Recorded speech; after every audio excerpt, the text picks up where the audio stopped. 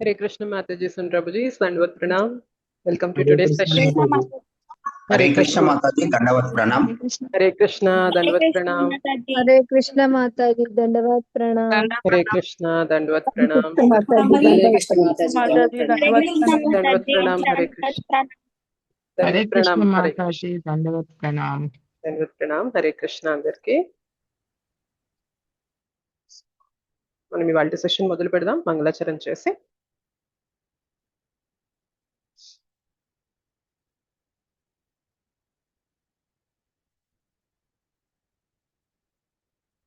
ओम अज्ञानतिमिरान्धस्य ज्ञानाञ्जनशलाकया चक्षुरुन्मीलितं येन तस्मै श्रीगुरवे नमः. श्रीचैतन्यमनोभीष्टं स्थापितं येन भूतले स्वयं रूपः कदा मह्यं ददाति स्वपदान्तिकं. वन्देऽहं श्रीगुरोः श्रीयुतापदकमलं श्रीगुरून् वैष्णवांश्च श्रीरूपं साग्रजातं सहगण रघुनाथान्वितं तं सजीवं साद्वैतं सावधूतं परिजनसहितं कृष्णचैतन्यदेवं श्रीराधा कृष्णपादान् सहगण ललिता श्रीविशाखान्वितांश्च नमो विष्णुपादाय कृष्णप्रेष्ठाय भूतले श्रीमते भक्तिवेदान्तस्वामिनिति नामिने. नमस्ते सारस्वते देवे गौरवाणी प्रचारिणे निर्विशेष शून्यवादी पाश्चात्यदेशतारिणे. नमो महावदन्याय कृष्णप्रेम प्रदायते कृष्णाय कृष्णचैतन्य नाम्ने गौरद्विषे नमः. हे कृष्णा करुणा सिंधो दीनबंधो जगत्पते गोपेश गोपिका कांत राधा कांत नमोस्तुते. तप्त कांचन गौरांगी राधे वृंदावनेश्वरी वृषभानुसुते देवी प्रणमामि हरिप्रिये. वाञ्छाकल्पतरुभ्यश्च कृपा सिन्धुभ्य एव च पतितानां पावनेभ्यो वैष्णवेभ्यो नमो नमः. जय श्री कृष्ण चैतन्य प्रभु नित्यानंद श्री अद्वैत गदाधर श्रीवासादि गौर भक्त वृंद.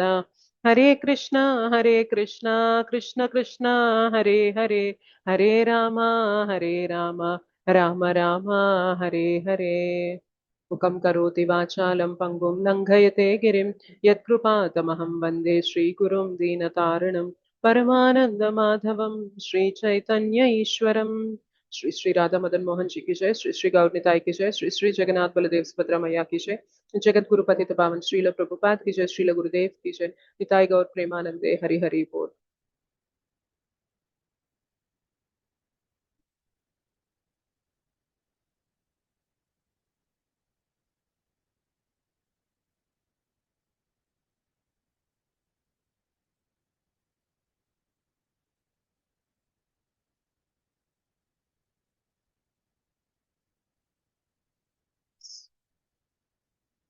हरे कृष्णा अंदर के दंडवत प्रणाम. Thank you so much for joining today's session. Hare Krishna Mataji, Dandavat Pranam Mataji. Hare Krishna Hare Krishna. Mataji. Hare Krishna Mataji, Pranam. Hare Krishna Mataji. Hare Krishna हरे ప్రణామాలు कृष्ण అందరికీ. माताजी Mataji, Dandavat Pranam. Hare Krishna Krishna. Mataji, Dandavat Pranama.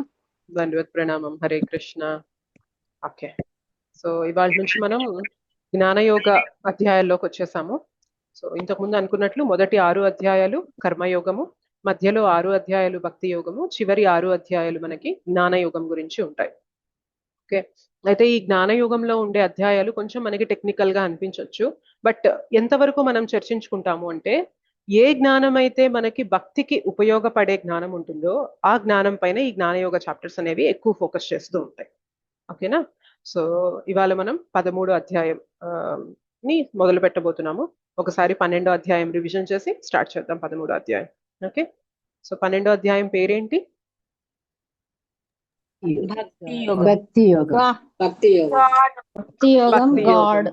God. భక్తి యోగము God. సంక్షిప్త నామము God. జీ God. అంటే God. Godhead. Godhead. దేవాది దేవుడు. దేవాది దేవుడు. ఓ అంటే దేవుడు. Options. Options. Typical. Empirical. ఎంపికలు. డి అంటే Devotion Devotees to to disposition. Devotees భక్తుల డిస్పోజిషన్. మనోవైఖరి. భక్తుల మనోవైఖరి. కరెక్ట్. మనోవైఖరి. ఓకే, ఇంకేమైనా లెటర్ ఉందా దీనికి?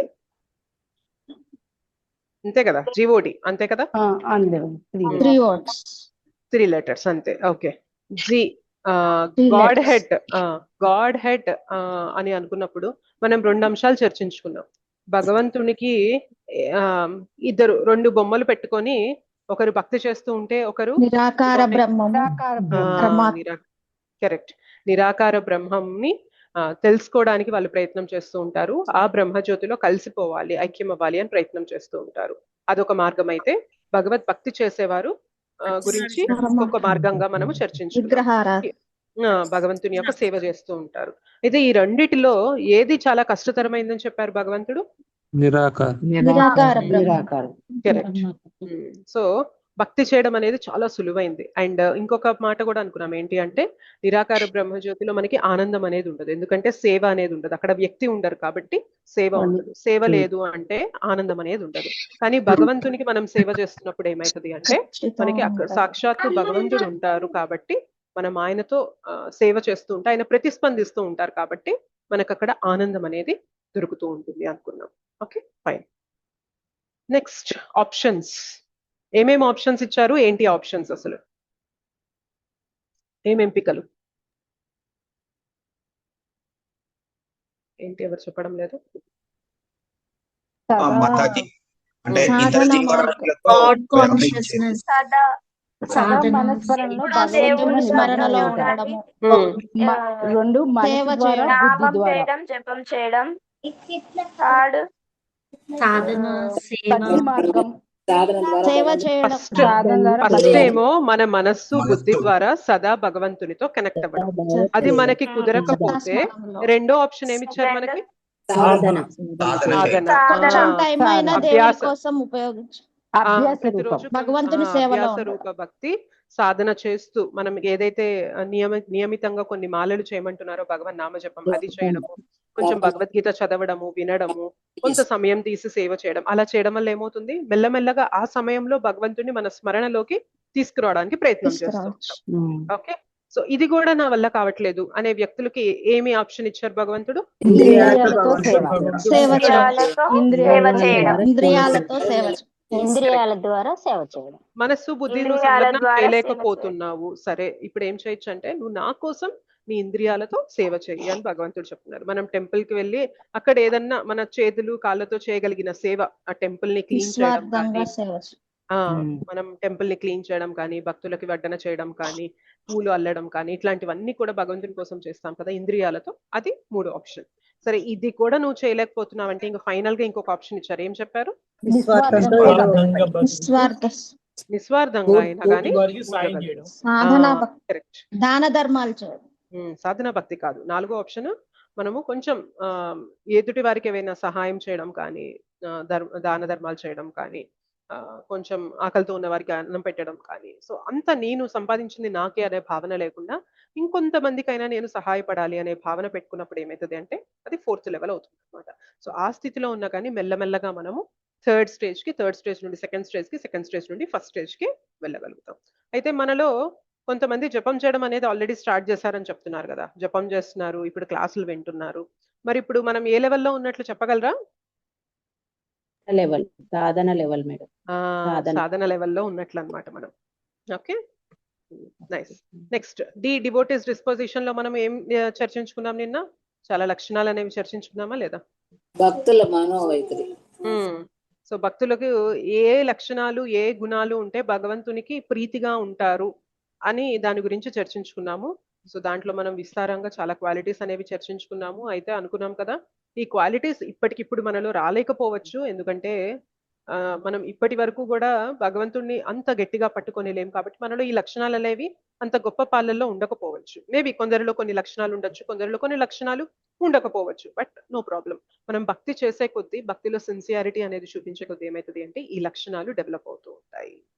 ఓకే, ఎందుకు డెవలప్ అవుతాయి అనుకున్నా, మనం సాక్షాత్తు భగవంతునితో సాంగత్యంలోకి వస్తాం అనమాట. ఇంకొక పాయింట్ నిన్న మీకు చెప్పాలనుకున్నాను, ఏంటి అంటే భక్తిలో 5S అని చెప్తాం అనమాట. 5S అంటే ఏంటి అంటే సాధన, అంటే మనం జపం చేస్తాం కదా, సాధన. ఇంకొక సెకండ్ S వచ్చేసి స్వాధ్యాయ, అంటే భగవద్గీత, భాగవతం గ్రంథాలు చదవడం స్వాధ్యాయము అంటే. 3వది సాధు సంఘ, సాధువులందరితో, తోటి భక్తులతో కలిసి ఉండడం, సాంగత్యంలోకి వచ్చి ఉండడం. 4వది సేవ. ఓకే, సాధన. మొదటి ఎస్ ఏంటి? సాధన. రెండవది స్వాధ్యాయ. 3వది సాధు సంఘ. సాధు సంఘ 4వది సేవ. సేవ. ఈ 4 చక్కగా చేయగలిగాం అనుకోండి. 5వ ఎస్ ఏంటి అంటే సదాచార్. మనలో ఆ సదాచారం అనేది డెవలప్ అవుతుంది. ఓకేనా? సో ఈ 4 మనం ఎంత సిన్సియర్ గా, ఎంత డిటర్మినేషన్ తో ఏదో నలుగురిని, జనాల్ని ప్లీజ్ చేయాలి అన్న ఇంటెన్షన్ కాకుండా నేను భగవంతుని ప్రీత్యార్థం చేయాలి అనే భావనతో ఎప్పుడైతే చేస్తూ ఉంటామో మనలో ఈ సదాచారం అనేది డెవలప్ అవుతుంది. ఓకే, ఒకవేళ ఈ 4 చేస్తున్నాము, సదాచారం మనలో లేదనుకోండి, మనం అసలు భక్తికి మంచి ఎగ్జాంపుల్ గా నిలవగలుగుతామా? నిలవం కదా. ఎందుకంటే సమాజం చూసేది లేదు మీరు మాతాజీ. ఎన్ని మాలలు జపం చేస్తున్నారు, ఎంత భగవద్గీత వింటున్నారు, ఎంత శ్రవణం చేస్తున్నారు అనే కన్నా కూడా మీరు ఎంత చక్కగా ఇతరులతో డీల్ చేస్తున్నారు, ఎంత చక్కగా మాట్లాడుతున్నారు, అదే కనిపిస్తుంది కదా నలుగురికి. సో మనం ఎప్పుడు కూడా ఈ 4 గట్టిగా కరెక్ట్ గా పట్టుకోగలిగితే ఈ సదాచారం కూడా మనలో డెవలప్ అవుతుంది. కొంచెం టైం పడుతుంది, బట్ స్టిల్ ఫోకస్ అనేది మనం ఈ 4ని గట్టిగా పట్టుకున్నాము అంటే మాత్రం ఆ సదాచారం అనేది డెవలప్ అవుతుంది. ఒకవేళ మనలో డెవలప్ అవ్వట్లేదంటే మాత్రం ఎక్కడో మనం తప్పు చేస్తున్నాం. జపంలో గాని, స్వాధ్యాయలో గాని, సాధువులతో మనం సాంగత్యంలోకి వచ్చినప్పుడు భగవంత్ కథ చర్చించుకోకుండా వారి గురించి వీరి గురించి గాసిప్స్ చేస్తున్నాం అనుకోండి, సదాచారం రిఫ్లెక్ట్ అయిపోయింది, తప్పైపోతుంది సదాచారం. ఓకే, సో జపం చేస్తున్నప్పుడు మనం మైండ్ ఫోకస్ లేకుండా ఏవేవో ఆలోచనలు మనసు తిరుగుతూ ఉంటే దాన్ని అలానే కంటిన్యూ చేస్తున్నాం అనుకోండి, దానివల్ల కూడా సదాచారం ఇంపాక్ట్ అవుతుంది. సో ముందు 4 మనం సరిగా పట్టుకోగలిగినట్లయితే సదాచారం అనేది చక్కగా డెవలప్ అవుతుంది. ఎప్పుడైతే సదాచారం వస్తుందో మనకి నిన్న చర్చించుకున్న లక్షణాలన్నీ కూడా మెల్లమెల్లగా మనలో డెవలప్ అవుతాయి. ఓకేనా? క్లియరా? ఎస్ మాతాజీ. ఓకే, సో ఇవాళ మనం 13వ అధ్యాయం స్టార్ట్ చేద్దాం. ఇవాల్టి అధ్యాయం కూడా కృష్ణ కృపామూర్తి ఏసీ భక్తి వేదాంత స్వామి శ్రీల ప్రభుపాదుల వారికి అంకితం. శ్రీల ప్రభుపాద్ కి జై. ఈ అధ్యాయం పేరేంటి అంటే క్షేత్రజ్ఞ విభాగ యోగము అంటారు, లేదా నేచర్ ఎంజాయర్ కాన్షియస్నెస్, ప్రకృతి, పురుషుడు మరియు చైతన్యము అని కూడా పిలుస్తారు. ఓకే, దీనికి ఇచ్చుకున్న మనం సంక్షిప్త నామం ఏంటి అంటే వైజ్, WISE. ఓకే, W అంటే వైజ్ క్వశ్చన్స్, తెలివైన ప్రశ్నలు. I అంటే ఐటమ్స్ ఆఫ్ నాలెడ్జ్, జ్ఞానం యొక్క అంశాలేంటి. ఎస్ అంటే సోల్ అండ్ సూపర్ సోల్, ఆత్మ మరియు పరమాత్మ. ఈ అంటే ఎన్లైటెండ్, జ్ఞానోదయం. ఓకే, WISE తెలివైన ప్రశ్నలు, జ్ఞానం యొక్క అంశాలు, ఆత్మ మరియు పరమాత్మ, జ్ఞానోదయం, తెలివైన ప్రశ్నలు. సో ఈ చాప్టర్ మనకి అర్జునుడి క్వశ్చన్ తో స్టార్ట్ అవుతుంది. అర్జునుడి క్వశ్చన్ అడుగుతున్నారు. ఏమడుగుతున్నారంటే, అర్జున ఉవాచ ప్రకృతిం పురుషం చైవ క్షేత్రం క్షేత్రజ్ఞమేవ చ ఏతద్వేదితుమిచ్చామి జ్ఞానం జ్ఞేయం చ కేశవ. అర్జునుడు పలికెను. ఎవరైనా చదువుతారా? సరోజ మాతాజీ చదవండి. హరే కృష్ణ మాతాజీ, ధన్యవాద ప్రణామ మాతాజీ. హరే కృష్ణ, ధన్యవాద ప్రణామ మాతాజీ. చదవండి. శ్రీల ప్రభుపాదికి జై. ప్రియమైన ఓ కృష్ణ, ప్రకృతిని గూర్చియు, పురుషుని భోక్త గూర్చియు, క్షేత్రమును గూర్చియు మరియు క్షేత్రము నెరిగిన వారిని గూర్చియు, జ్ఞానమును మరియు జ్ఞాన లక్ష్యమును గూర్చియు నేను తెలియబోర్చున్నాను. శ్రీకృష్ణ భగవానుడు పలికిన, ఓ కౌంతేయ, ఈ దేహము క్షేత్రమనియు మరియు ఈ దేహము నెరిగిన వాడు క్షేత్రజ్ఞుడని పిలవడము. Hare Krishna Mataji. Hare Krishna, thank you Mataji. So ఏమేమి అడుగుతున్నారు అంటే అర్జునుడు, కృష్ణ ప్రకృతి అంటే ఏంటి, పురుషుడు అంటే ఎవరు, క్షేత్రం ఏంటి, క్షేత్రము నెరిగిన వాడు ఎవరు, జ్ఞానం ఏంటి, జ్ఞేయం ఏంటి, జ్ఞాన లక్ష్యం ఏంటి, ఇవన్నీ నాకు తెలియజేయండి అని చెప్పి అడుగుతున్నారు. అర్జునుడికి భగవంతుడు జవాబులు ఇస్తున్నారు. సో క్వశ్చన్స్ ఇవన్నమాట. ప్రకృతి, పురుష, జ్ఞానం, జ్ఞేయం, క్షేత్రం, క్షేత్రజ్ఞ. అయితే మీరు ఈ పేర్లు వినగానే మనం ఎప్పుడైనా ఇన్ని అధ్యాయాలు చర్చించుకున్నాం కదా, 12 అధ్యాయాలు. ఎక్కడైనా మనం క్షేత్రము, క్షేత్రజ్ఞ, జ్ఞేయము ఇట్లా మాట్లాడుకున్నామా? మీరు విన్నారా ఎప్పుడైనా నేను చెప్పినట్లలాగా? లేదు మాతాజీ. వినలేదు. బేసిక్ గా కృష్ణుడికి అర్జునుడికి మధ్యన జరిగిన సంవాదంలో కృష్ణ ఎప్పుడు ఈ పదాలు వాడలేదు. ఈ 12 అధ్యాయాలతో పాటు అర్జునుడు ఎప్పుడు కూడా ఈ పదాలు వాడలేదు. అయితే అర్జునుడికి ఈ పదాలు ఎలా తెలిసాయి అంటే, ఇది భగవద్గీతలో వచ్చిన చర్చలో భాగం కాకుండా అర్జునుడు వేరే వేరే ఇతర సోర్సెస్ నుండి కూడా జ్ఞానాన్ని తీసుకొని ఉంటారు కదా. ఇది యుద్ధ రంగంలో వీరిరువురి మధ్యన వచ్చిన సంభాషణ. బట్ అర్జునుడు ఇంతకు ముందు కూడా కొన్ని విషయాలు తెలుసుకొని ఉంటారు కదా. సో ఆ విషయాలని ఇప్పుడు అర్జునుడు క్లియర్ చేసుకుంటున్నారు అనమాట. కృష్ణ, క్షేత్రం అంటే ఏంటి, క్షేత్రజ్ఞ అంటే ఏంటి, జ్ఞానం అంటే ఏంటి, జ్ఞేయం అంటే ఏంటి, ప్రకృతి అంటే ఏంటి, పురుషుడు అంటే ఏంటి. ఓకే, 6 ప్రశ్నలు అడిగారు. సో ఈ 6 ప్రశ్నలకి భగవంతుడు ఆన్సర్ ఇస్తున్నారు. అయితే భగవంతుడు ఎలా ఆన్సర్ ఇస్తారు అంటే, ఏదైతే ఇప్పుడు మనం సబ్జెక్ట్ మ్యాటర్ డిస్కస్ చేసుకుంటూ వచ్చామో మనం భగవద్గీతలో, దానికి అనుగుణంగా వీటి జవాబులు అనేవి చెప్తున్నారు అనమాట. సందర్భానికి తగ్గట్టుగా వాటికి ఆన్సర్స్ అనేవి ఇస్తున్నారు.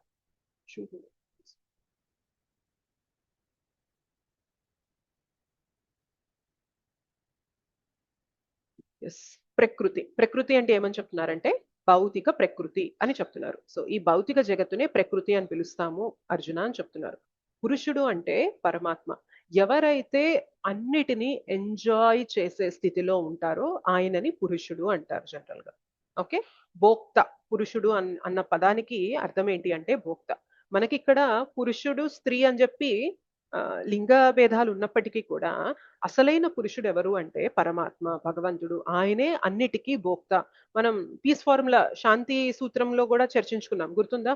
సో భగవంతుడే అన్ని యజ్ఞాలకి అన్ని తపస్యలకి ఆయననే భోక్త. అందరికీ కూడా ఆయనే యజమాని, ఆయనే నియామకుడు, ఆయనే అందరికీ కూడా సుహృదుడు, శ్రేయోభిలాషి, ఇవన్నీ చర్చించుకున్నాం.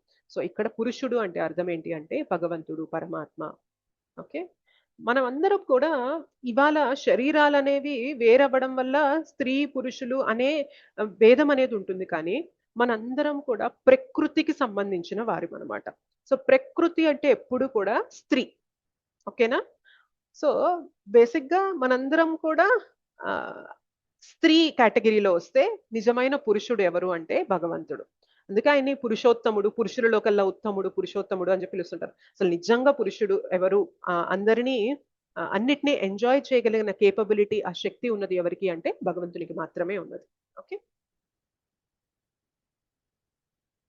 ఇంకా క్షేత్రము అంటే ఏంటి అంటే ఈ శరీరము అని చెప్తున్నారు. క్షేత్రజ్ఞ అంటే ఈ శరీరం గురించి ఎరిగినవాడు, అంటే ఆత్మ, పరమాత్మ, వీళ్ళిద్దరూ కూడా క్షేత్రజ్ఞ కిందకు వస్తారు.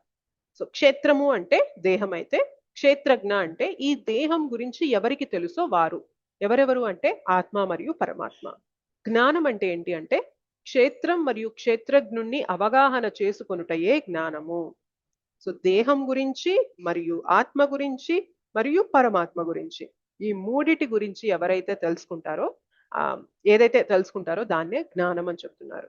జ్ఞేయము అంటే అది కూడా పరమాత్మ అన్నమాట, అంటే ఆబ్జెక్ట్ ఆఫ్ నాలెడ్జ్. ఇంత జ్ఞానం తెలుసుకునేది ఎందుకు అంటే పరమాత్మ గురించి తెలుసుకోవడానికి, కనెక్ట్ అవ్వడానికి అని చెప్తున్నారు. ఓకే, మన శరీరం అనేది ఇది జ్ఞానయోగ చాప్టర్ అనుకున్నాం కదా, జ్ఞానయోగం అనమాట. సో కొన్ని డీటెయిల్స్ అనేవి ఉంటాయి ఇక్కడ. సో మన శరీరంలో 24 మూలకములు అనేవి ఉంటాయి. ఇంతకు ముందు అనుకున్నాం, గుర్తుందా? మన శరీరం అనేది పంచభూతాలతో తయారు చేయబడి ఉంటుంది. భూమి రాపో నలో వాయు ఖమ్మనో బుద్ధిరేవచ అహంకార ఇతీయమ్మే భిన్నా ప్రకృతి రష్టద అని చెప్పి అనుకున్నాం 7వ అధ్యాయంలో. సో ఈ భూమి, జలము, వాయువు, ఆకాశము, అగ్ని ఇదంతా కూడా నా ప్రకృతి అని భగవంతుడు చెప్పారు. సో మన శరీరం, భౌతిక శరీరం అంటే ఈ స్థూల శరీరం అనేది పంచభూతాలతో చేయబడింది అనుకున్నాం. సూక్ష్మ శరీరం అనేది మనస్సు, బుద్ధి, అహంకారంతో చేయబడింది అనుకున్నాం. అయితే ఇంకా డీటెయిల్డ్ గా మన శరీరంలో అసలు ఏమేమి మూలకాలు ఉన్నాయి అని చెప్తున్నారు, ఏమేమి ఎలిమెంట్స్ ఉన్నాయి, మూలకాలు ఉన్నాయి అని చెప్తున్నారు. 24 ఎలిమెంట్స్ ఉన్నాయంట మన శరీరంలో. ఓకే, అసలు ఏంటి 24 ఎలిమెంట్స్ అనేవి చూద్దాం. ఓకే, సో ఏంటి అంటే పంచభూతాలు, వాటి యొక్క ఇంద్రియార్థములు. సో పంచభూతాలు అంటే భూమి, జలము, అగ్ని, వాయువు, ఆకాశము. వాటి యొక్క ఇంద్రియార్థములు అంటే భూమికి వాసన, గంధము, స్మెల్ ఉంటుంది. జలముకి రుచి ఉంటుంది. అగ్నికి రూపము, వాయువు స్పర్శ, ఆకాశంలో శబ్దం అనేది ఉంటుంది. ఇవి ఒక్కొక్క పంచభూతాలు ఒక్కొక్క ఇంద్రియార్థాన్ని సూచిస్తూ ఉంటాయి. సో ఇవి 5, ఇవి 5 కలిపి 10 మూలకాలు అయ్యాయి ఇక్కడికి. సూక్ష్మ అంశంలు ఏంటి అంటే మనస్సు, బుద్ధి, అహంకారం. సూక్ష్మ శరీరం, మనస్సు, బుద్ధి, అహంకారం అనుకున్నాం కదా, ఆ 3 మన సూక్ష్మ అంశములు. జ్ఞానేంద్రియములు కన్నులు, ముక్కు, చెవి, నాలుక మరియు చర్మము, ఇవి ఇంకొక 5. కర్మేంద్రియములు కాళ్ళు, చేతులు, గొంతుక, జనేంద్రియములు, పురుషనాళము, ఇవి 5. చివరికి మహత్తత్వం ఇదొకటి. సో ఈ మొత్తం కలుపుకున్నట్లయితే మనకి 24 మూలకములు. మహత్తత్వం అంటే ఏంటి అంటే మనకి త్రిగుణాలు ఉంటాయి. సో మనం రేపటి అధ్యాయం త్రిగుణాల గురించి చర్చించుకుంటాము. ఆ త్రిగుణాలు ఏంటి అంటే సత్వగుణం, రజోగుణం, తమోగుణం. ఆ త్రిగుణాలు అవ్యక్తీకరణ స్థితిలో ఉన్నప్పుడు దాన్ని మహత్తత్వం అని పిలుస్తారు అనమాట.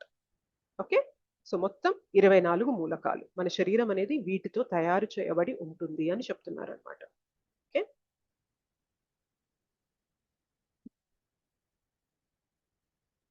ఇప్పుడు మనకి క్షేత్రజ్ఞ అండ్ ఇద్దరు గురించి అనుకున్నాం కదా. ఇద్దరు క్షేత్రజ్ఞులు ఉంటారు అనుకున్నాం. ఒకరు ఆత్మ అయితే ఇంకొకరు పరమాత్మ అనుకున్నాం. అయితే పరమాత్మకి ఆత్మకి మధ్యన వ్యత్యాసం ఏంటో చూద్దాం ఇప్పుడు. సో ఆత్మ అంటే ఎవరు గుర్తుందా? 2వ అధ్యాయం ఆత్మ అంటే ఎవరు? మనమే జీవాత్మ, పరమాత్మ జీవాత్మ. మనమే. ఓకే, సో జీవాత్మకి పరమాత్మకి వ్యత్యాసం ఏంటి? ఇద్దరు ఒకటేనా? ఒకటి కాకపోతే ఏంటి అనేది చూద్దాం. పరమాత్మ అన్ని ఎరిగినవాడు, అందరి శరీరాల గురించి తెలిసినవాడు. ఆత్మ తన శరీరం గురించి మాత్రమే తెలుసును. ఓకే, సో ఇప్పుడు మీకు నాకు చేయి నొప్పి కానీ కాలు నొప్పి కానీ ఉంటే మీకేమైనా తెలుస్తుందా? చెప్పండి. తెలియదు. అలానే మీకు తలనొప్పి కానీ చేయి నొప్పి కానీ కాలు నొప్పి కానీ ఏదైనా బాధ ఉంటే మీ శరీరంలో నాకు తెలుస్తుందా? అది సో ఎవరి శరీరంలో ఏం జరుగుతుంది అనేది ఆ శరీరాన్ని ధరించి ఉన్న ఆత్మకి మాత్రమే తెలుస్తుంది. ఓకే, బట్ పరమాత్మకి ఏంటి అంటే మీ శరీరంలో ఏం నడుస్తుందో తెలుస్తుంది, నా శరీరంలో ఏం జరుగుతుందో తెలుస్తుంది, ప్రతి ఒక్కరి శరీరంతో ఏం జరుగుతుందో కూడా ఆయనకు తెలుస్తుంది. అంటే పరమాత్మ అందరిలో కూడా ఒక్కరే. ఇప్పుడు సరోజ మాతాజీలో ఉన్న పరమాత్మ, నాగలక్ష్మి మాతాజీలో ఉన్న పరమాత్మ, పద్మశ్రీ మాతాజీలో ఉన్న పరమాత్మ, శ్రీనివాస్ ప్రభువులో ఉన్న పరమాత్మ, నాలో ఉన్న పరమాత్మ, మీలో ఉన్న పరమాత్మ, ప్రతి అణువులో ఉన్న పరమాత్మ కూడా ఒక్కరే. ఓకేనా? అందుకనే ఆ పరమాత్మకి ప్రతి చోట ఏం జరుగుతుందో తెలుస్తుంది. బట్ ఆత్మ అలా కాదనమాట. సరోజ మాతాజీ అని పేరు పెట్టుకొని ఉన్న దేహంలో ఒక ఆత్మ ఉంది. సో అనుష అని పేరు పెట్టుకొని ఉన్న ఒక దేహంలో ఒక ఆత్మ ఉంది. సో మనందరం కూడా వేరు వేరు అనమాట. ఆత్మస్థరంలో అందరం వేరు, బట్ పరమాత్మ మాత్రం ఒక్కరే. కాబట్టి ఆయనకి ప్రతి చోట ప్రతి శరీరంలో ఏం జరుగుతుంది అనేది ఆయనకు తెలుస్తుంది. బట్ జీవాత్మకి అంత జ్ఞానం అనేది ఉండదు. ఓకే, పరమ యజమాని మరియు నియంత్రకుడు. ఈయన ఏంటి అంటే అన్నిటిని కూడా నియంత్రణ చేయగలరు. భగవంతుని యొక్క అంశ అనుకున్నాం కదా నిన్న. సో భగవంతునికి 3 ఫీచర్స్ ఉంటే, ఒకటి బ్రహ్మజ్యోతి, ఇంకొకటి పరమాత్మ, ఇంకొకటి భగవాన్ అనుకున్నాం కదా. సో ఇవాళ మనం ఆ పరమాత్మ గురించి మాట్లాడుకుంటున్నాం. సో భగవంతుడు ఎలా అయితే నియామకుడో, అన్నిటికీ యజమానినో, పరమాత్మ కూడా అంతే. అన్నిటికీ కూడా ఆయనే యజమాని. మరి ఆత్మ ద్వితీయ యజమాని మరియు నియామకుడు. అంటే ఇప్పుడు మన చేతిలో కూడా కొన్ని కంట్రోల్ ఉంది. ఇప్పుడు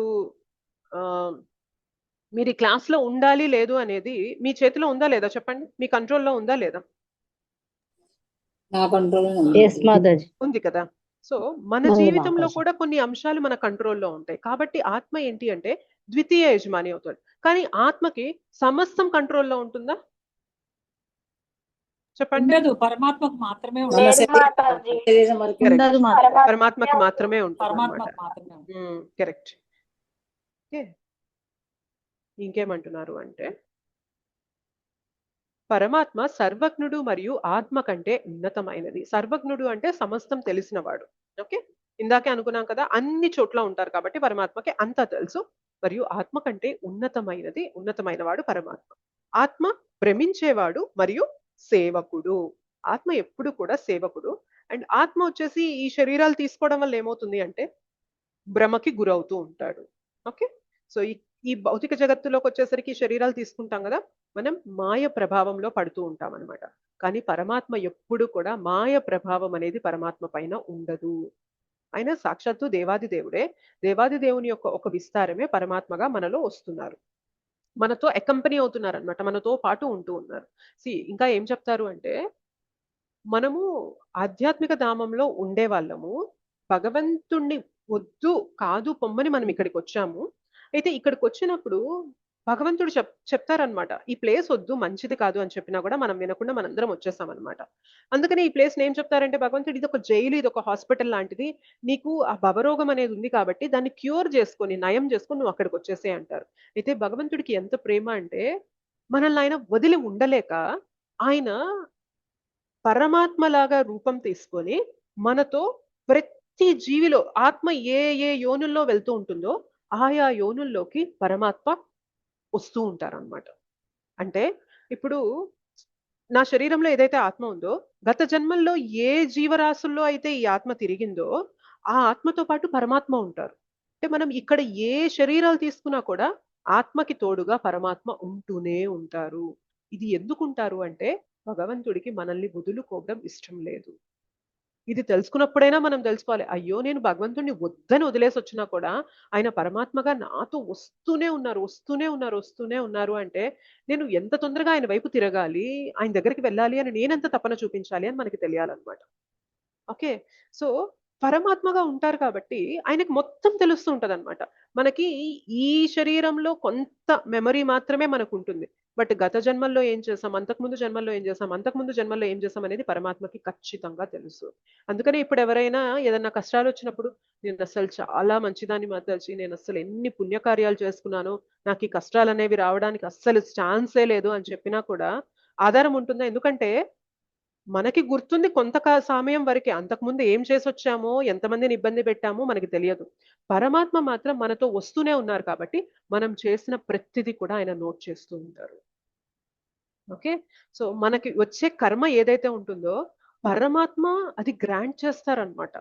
మనం పుణ్యం చేసి పుణ్య ఫలితాలు అనుభవించాలన్నా, పాపం చేసి పాప ఫలితాలు అనుభవించాలన్నా కరెక్ట్ లెక్క ఉంటుందన్నమాట. ఇంత అంటే ఇంత డిఫెక్ట్ కూడా ఉండదు. ఎందుకంటే ఇది మనం కూర్చొని రాసింది కాదు, సాక్షాత్తు భగవంతుడు రాస్తున్న లెక్కలన్నమాట.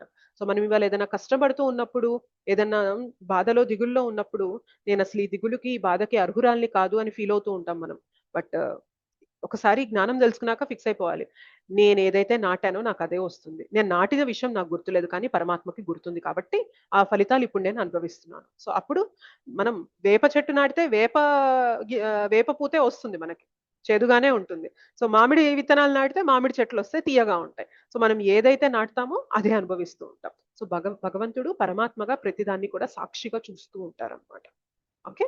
సో ఎలా చెప్తారు అంటే, ఒక చెట్టు పైన 2 పక్షులుంటే ఒక పక్షి ఏమో ఎప్పుడు ఎక్కడ ఏం దొరుకుతదా, ఏది ఎంజాయ్ చేద్దామా అని చూస్తూ ఉంటే, ఇంకొక పక్షి ఈ పక్షిని సాక్షిగా చూస్తూ ఉంటదంట. ఈ పక్షి ఏం చేస్తుంది, ఈ పక్షి ఏం తింటుంది, ఈ పక్షి ఎక్కడికి వెళ్తుంది, ఈ పక్షి ఏమేం చేస్తూ ఉంటుంది పనులు, ఇదంతా కూడా సాక్షిగా చూస్తూ ఉంటుంది. సో ఏదైతే అనుభవించే పక్షి ఉంది చూసారా, అది ఆత్మ అయితే పక్కనే తోడుగా ఉన్న పక్షి సాక్షిగా చూస్తూ ఉంది చూసారా, ఆ పక్షి ఏంటి అంటే పరమాత్మ. సో మనం చేసే ప్రతి పనికి కూడా పరమాత్మ చూస్తూనే ఉంటారు, గుర్తుపెట్టుకోవాలి. సో యూజువల్ గా మనల్ని ఎవరైనా గమనిస్తున్నారంటే చాలా జాగ్రత్తగా బిహేవ్ చేస్తూ ఉంటాం మనం. బట్ ఎవరైనా గమనించట్లేదంటే మన ఒరిజినల్ ట్రూ నేచర్ బయటకు వస్తూ ఉంటుంది. అవునా కదా చెప్పండి?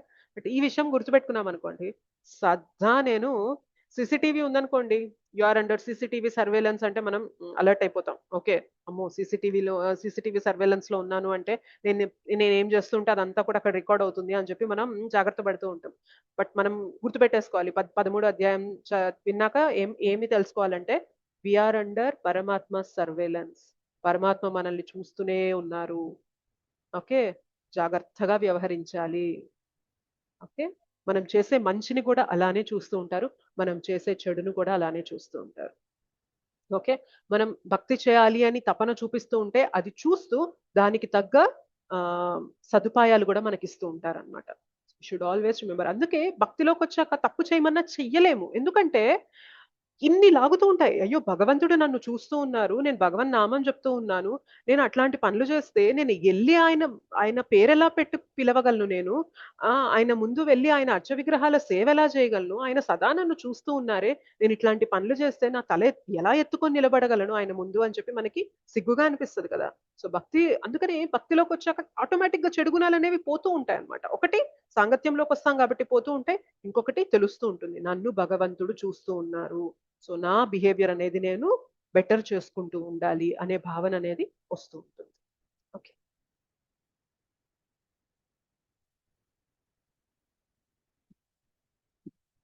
జ్ఞానం అంటే ఏంటి అంటే ఆత్మ, పరమాత్మ మరియు శరీరం, ఈ మూడిటి గురించి తెలుసుకోవడమే జ్ఞానం అనమాట. సో డబ్ల్యూ అయింది. వైస్ క్వశ్చన్స్, తెలివైన ప్రశ్నల గురించి చర్చించుకున్నాము.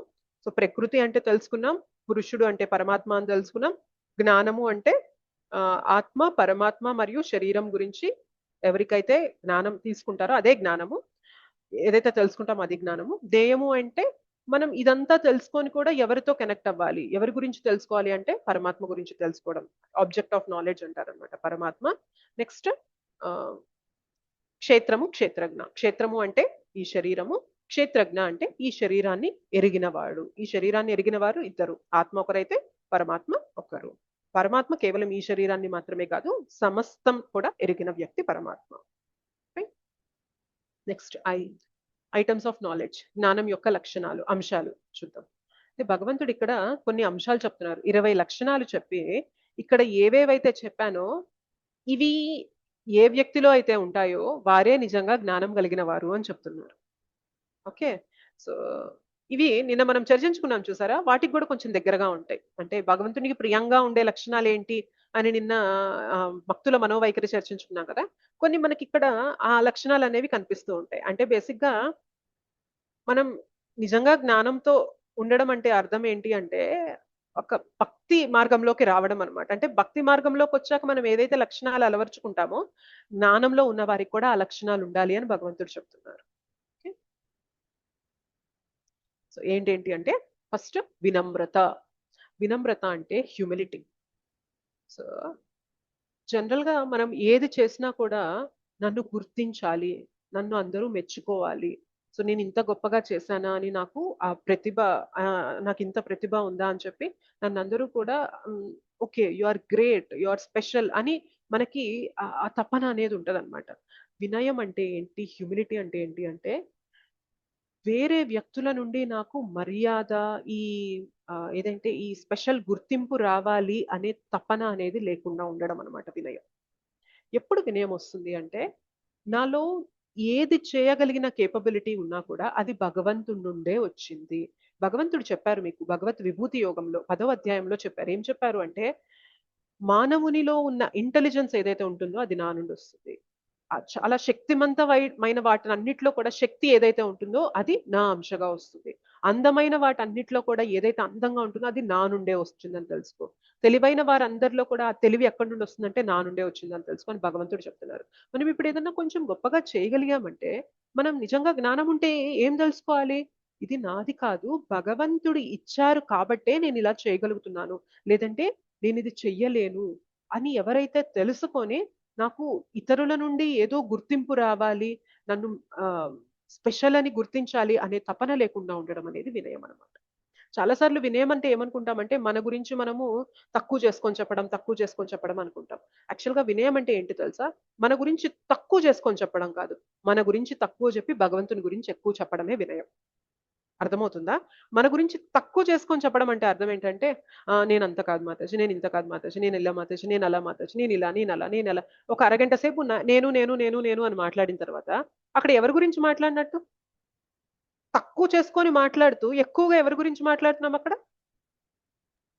మన గురించే మాట్లాడుతున్నాం. అది వినయం కాదు. వినయం అంటే ఏంటి అంటే మన గురించి తక్కువ మాట్లాడటం. అంటే మనం ఏదో స్పెషల్ అని మనం ఫీల్ అవుతుంటేనే మన గురించి మనం ఎక్కువ చెప్పుకుంటూ ఉంటాం. బట్ మనం ఏది చేస్తున్నా కానీ భగవంతుని కృప వల్లనే జరుగుతుంది అనుకున్నప్పుడు మన గురించి మనం ఎక్కువ మాట్లాడడం. భగవంతుని గురించి, భగవంతుని భక్తుల గురించి, భగవంతుని ఐశ్వర్యాల గురించి, భగవంతుని శక్తి గురించి మాట్లాడుతూ ఉంటాం కాబట్టి అది నిజమైన వినయం అన్నమాట. ఓకే, సో వినయం అంటే మనల్ని ఏదో మనం తక్కువ చేసుకొని నాకేం రాదు, నేను ఇంత, నేనంతా, నేను చేయలేనండి, ఏదైనా సేవించారనుకోండి, నేను చేయలేనండి, నాకు చేత కాదండి, నా వల్ల కాదండి అని చెప్పి తక్కువగా చేసుకొని చెప్పుకుంటే అది వినయం అనుకుంటూ ఉంటాం. అది కాదు వినయం అంటే. వినయం అంటే ఒప్పుకోవాలి, నాకు ఇది రాదు బట్ నాకు చేయాలని ఉంది, నాకు ఇది ఎలా చేయాలో నాకు గైడెన్స్ ఇవ్వండి, నేను చేయడానికి ప్రయత్నం చేస్తా. వినయం అంటే మన దగ్గర లేనిది మనం ఒప్పుకోవడం అనమాట. ఓకే, సో నేను చెయ్యగలిగినా కూడా నేను చేయలేను అని చెప్పడం వినయం కాదు. సో సేవ చేయడానికి మనకి నేను చెయ్యలేను అనే మాట అడ్డొస్తుంది అంటే అసలు అది వినయమే కాదనమాట. వినయం అంటే సేవ చేయడానికి సిద్ధంగా ఉండడం, ముందుకెళ్ళడం. నాకు తెలియని విషయం నాకు తెలియదు, నేను ఇది తెలుసుకుంటాను, నాకు ఎలా ఇది చేయాలో తెలపండి అని అడిగి సేవని ముందుకి కంటిన్యూ చేస్తూ ఉంటాం చూసారా, అది నిజమైన వినయం. ఓకే, సో ఇది ఒక లక్షణం, జ్ఞానం కలిగిన వారికి ఉండవలసిన లక్షణం అన్నమాట. నెక్స్ట్ గర్వరాహిత్యము, గర్వం అనేది ఉండకుండా ఉండడం. సో ఈ రెండు కూడా కొంచెం మనకి రిలేటెడ్. గర్వం ఎప్పుడు వస్తుందంటే అంతా నేనే చేశాను, నా శక్తి వల్లనే జరిగింది, నేనే గ్రేట్ అనే భావన వచ్చినప్పుడు మనకి గర్వం వస్తుంది. బట్ ఎప్పుడైతే మనం అర్థం చేసుకుంటామో నాది ఏం లేదు, భగవంతుని కృప వల్లనే ఇది నేను చేయగలిగాను. ఓకే, నన్ను భగవంతుడు దీనికి ఇన్స్ట్రుమెంట్ గా వాడాలి అనుకున్నారు, నేను నా ప్రయత్నం చేయడం వల్ల భగవంతుని కృపతోడే చేయగలిగాను అని రియాలిటీ తెలుసుకొని గర్వానికి లోనవ్వకుండా ఉండడం అనే స్థితి అనేది జ్ఞానంతో కలిగి ఉండడం అన్నమాట. ఓకేనా. నెక్స్ట్ అహింస. అహింస అనేది కూడా మనకి జ్ఞానంతో ఉన్న వారిలో ఉండే లక్షణం అని చెప్తున్నారు. మరి అయితే అర్జునుడికి ఇక్కడ హింస చేయమంటున్నారా, అహింస చేయమంటున్నారా? హింస. హింస. యుద్ధం చేయమంటున్నారు కదా మాతాజీ. మరి యుద్ధం చేయమండం అంటే హింసనే కదా. స్వధర్మాన్ని ఆచరించమని చెప్తున్నారు. న్యాయపరమైన మన కర్తవ్యాన్ని, మన ధర్మాన్ని ఆచరించడంలో హింస ఉన్నా కూడా అది అహింస కిందనే కన్సిడర్ చేయాలి. అంటే ఒక క్షత్రియుడి బాధ్యత ఏంటి అంటే అధర్మం జరుగుతున్నప్పుడు ఎదురు నిలబడి పోరాడడం అనేది క్షత్రియుని బాధ్యత. దానికోసం హింస పద్ధతి తీసుకోకుండా నిలబెట్టగలిగితే ధర్మాన్ని ఓకే మంచిదే. లేదు, హింసనే వాడి ధర్మాన్ని నిలబెట్టాల్సి వస్తే ఆ హింస మార్గాన్ని తీసుకొని నిలబెట్టడం అనేది కూడా అహింసనే అవుతుంది. ఎందుకంటే ఫైనల్ గా దేనికోసం ఇదంతా చేస్తాం? ధర్మాన్ని నిలబెట్టడం కోసం. ఓకే, సో ఇది తప్పుగా అర్థం చేసుకోవద్దు. అంటే హింస అనేది జ్ఞానానికి ఉండాల్సిన లక్షణం కాదు అని అనుకున్నాం కదా, మరి ఎందుకు చేస్తున్నారు అంటే దీన్ని మనం ఇలా అర్థం చేసుకోవాలి. ధర్మాన్ని నిలబెట్టాల్సి వచ్చినప్పుడు హింస చేయాల్సి వచ్చినా అది అహింసగానే కన్సిడర్ అవుతుంది. ఓకే, సహనము, ఓర్పుతో ఉండడం, ఓకే, సరళత్వము, సింపుల్ గా ఉండడం అనమాట. ఎప్పుడు శ్రీల ప్రభుపాద గారు ఒక మాట చెప్తారనమాట, సింపుల్ లివింగ్ హై థింకింగ్, సాదా జీవనం ఉచ్చ విచారణ అంటారనమాట. అంటే మన జీవనం అనేది ఎప్పుడైతే సాదాగా సింపుల్ గా ఉంటుందో, ఏదైతే మన అవసరాలు బేసిక్ నీడ్స్ ఉంటాయో వాటికి మనం చేసుకుంటూ మనం ఫోకస్ అనేది కూడా ఎప్పుడు భగవంతుడితో కనెక్ట్ అయ్యే దానిపైన, ఉన్నతమైన విచారణ పైన పెట్టగలుగుతున్నట్లయితే అది పర్ఫెక్ట్ లైఫ్ అంటారు అనమాట. కానీ వాళ్ళ కలియుగంలో ఏమైపోయింది చెప్పండి? రివర్స్ అయిపోయిందా లేదా? జీవితం అంతాన్ని మొత్తం బాగా కాంప్లికేట్ చేసేసుకుంటున్నాము. ఉన్నతమైన విషయాలని ఆలోచించడానికి, వాటి గురించి ప్రయత్నం చేయడానికి మన దగ్గర సమయం ఉండట్లేదు. అవునా కదా చెప్పండి? సో ఏం చెప్తున్నారంటే సరళత్వము, సింప్లిసిటీ. సో సింపుల్ లైఫ్ జీవించండి. డాబుకి పోవడము, ఎవరి దగ్గర గ్రేట్ అని ప్రూవ్ చేసుకోవడానికి మనం కష్టపడి మనం షో ఆఫ్ చేయడము, ఇదంతా అవసరం లేదు. సో నిన్న అనుకున్నాం కదా, ప్లీజ్ చెయ్యాలి అంటే చుట్టూ నలుగురిని కాదు, భగవంతుణ్ణి ప్లీజ్ చేయడానికి ప్రయత్నం చేయండి. అది కదా గొప్పది.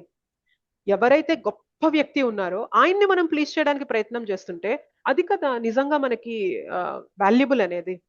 సో అలా మనం ప్రయత్నించాలంటే మనం ఏం చేయాలి తెలుసా? మనం డాబుకి గొప్పకి పోతే భగవంతుని ప్లీజ్ చేయలేం. మనం వీలైనంత సింపుల్ గా మనం ఉంటూ ఉన్నతమైన విచారణ చేస్తూ ఉన్నతమైన దానికోసం మనం ప్రయత్నం చేస్తూ ఉంటే అది మన జీవిత పర్పస్ అనేది కరెక్ట్ గా ఉంటున్నట్లు అనమాట. దానికోసం మనం ప్రయత్నం చేస్తున్నట్లు. ఓకే,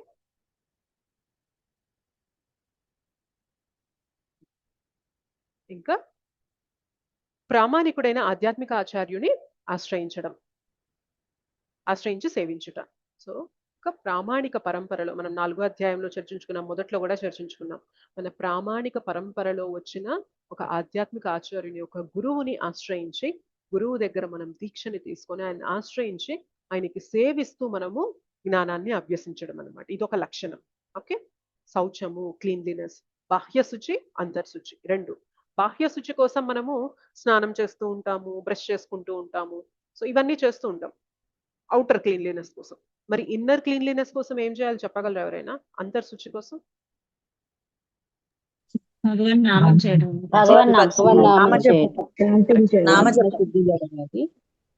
అంతర్శుచి కోసం చేయాల్సింది ఏంటి అంటే భగవన్ నామం జపించడము, భగవత్ కథ వినడము, భగవంతుని సేవ చేయడం. ఇవి చేస్తూ ఉంటే లోపల ఉన్న మలినాలు అనేవి కొట్టుకుపోతాయి. ఇవాళ ఇవి దూరంగా ఉన్నాం కాబట్టే బయట మెరిసిపోతూ ఉన్నాము, లోపల మాత్రం మొత్తం మలినమే. ఓకే, బట్ రెండిట్లో కూడా శుచి అనేది ఉండాలి. బయట క్లీన్లీనెస్ ఉండాలి, లోపల క్లీన్లీనెస్ ఉండాలి. లోపల క్లీన్లీనెస్ అనేది కేవలం భగవంతునితో కనెక్ట్ అవుతున్నప్పుడే వస్తుంది, లేదంటే రానే రాదు. ఓకే.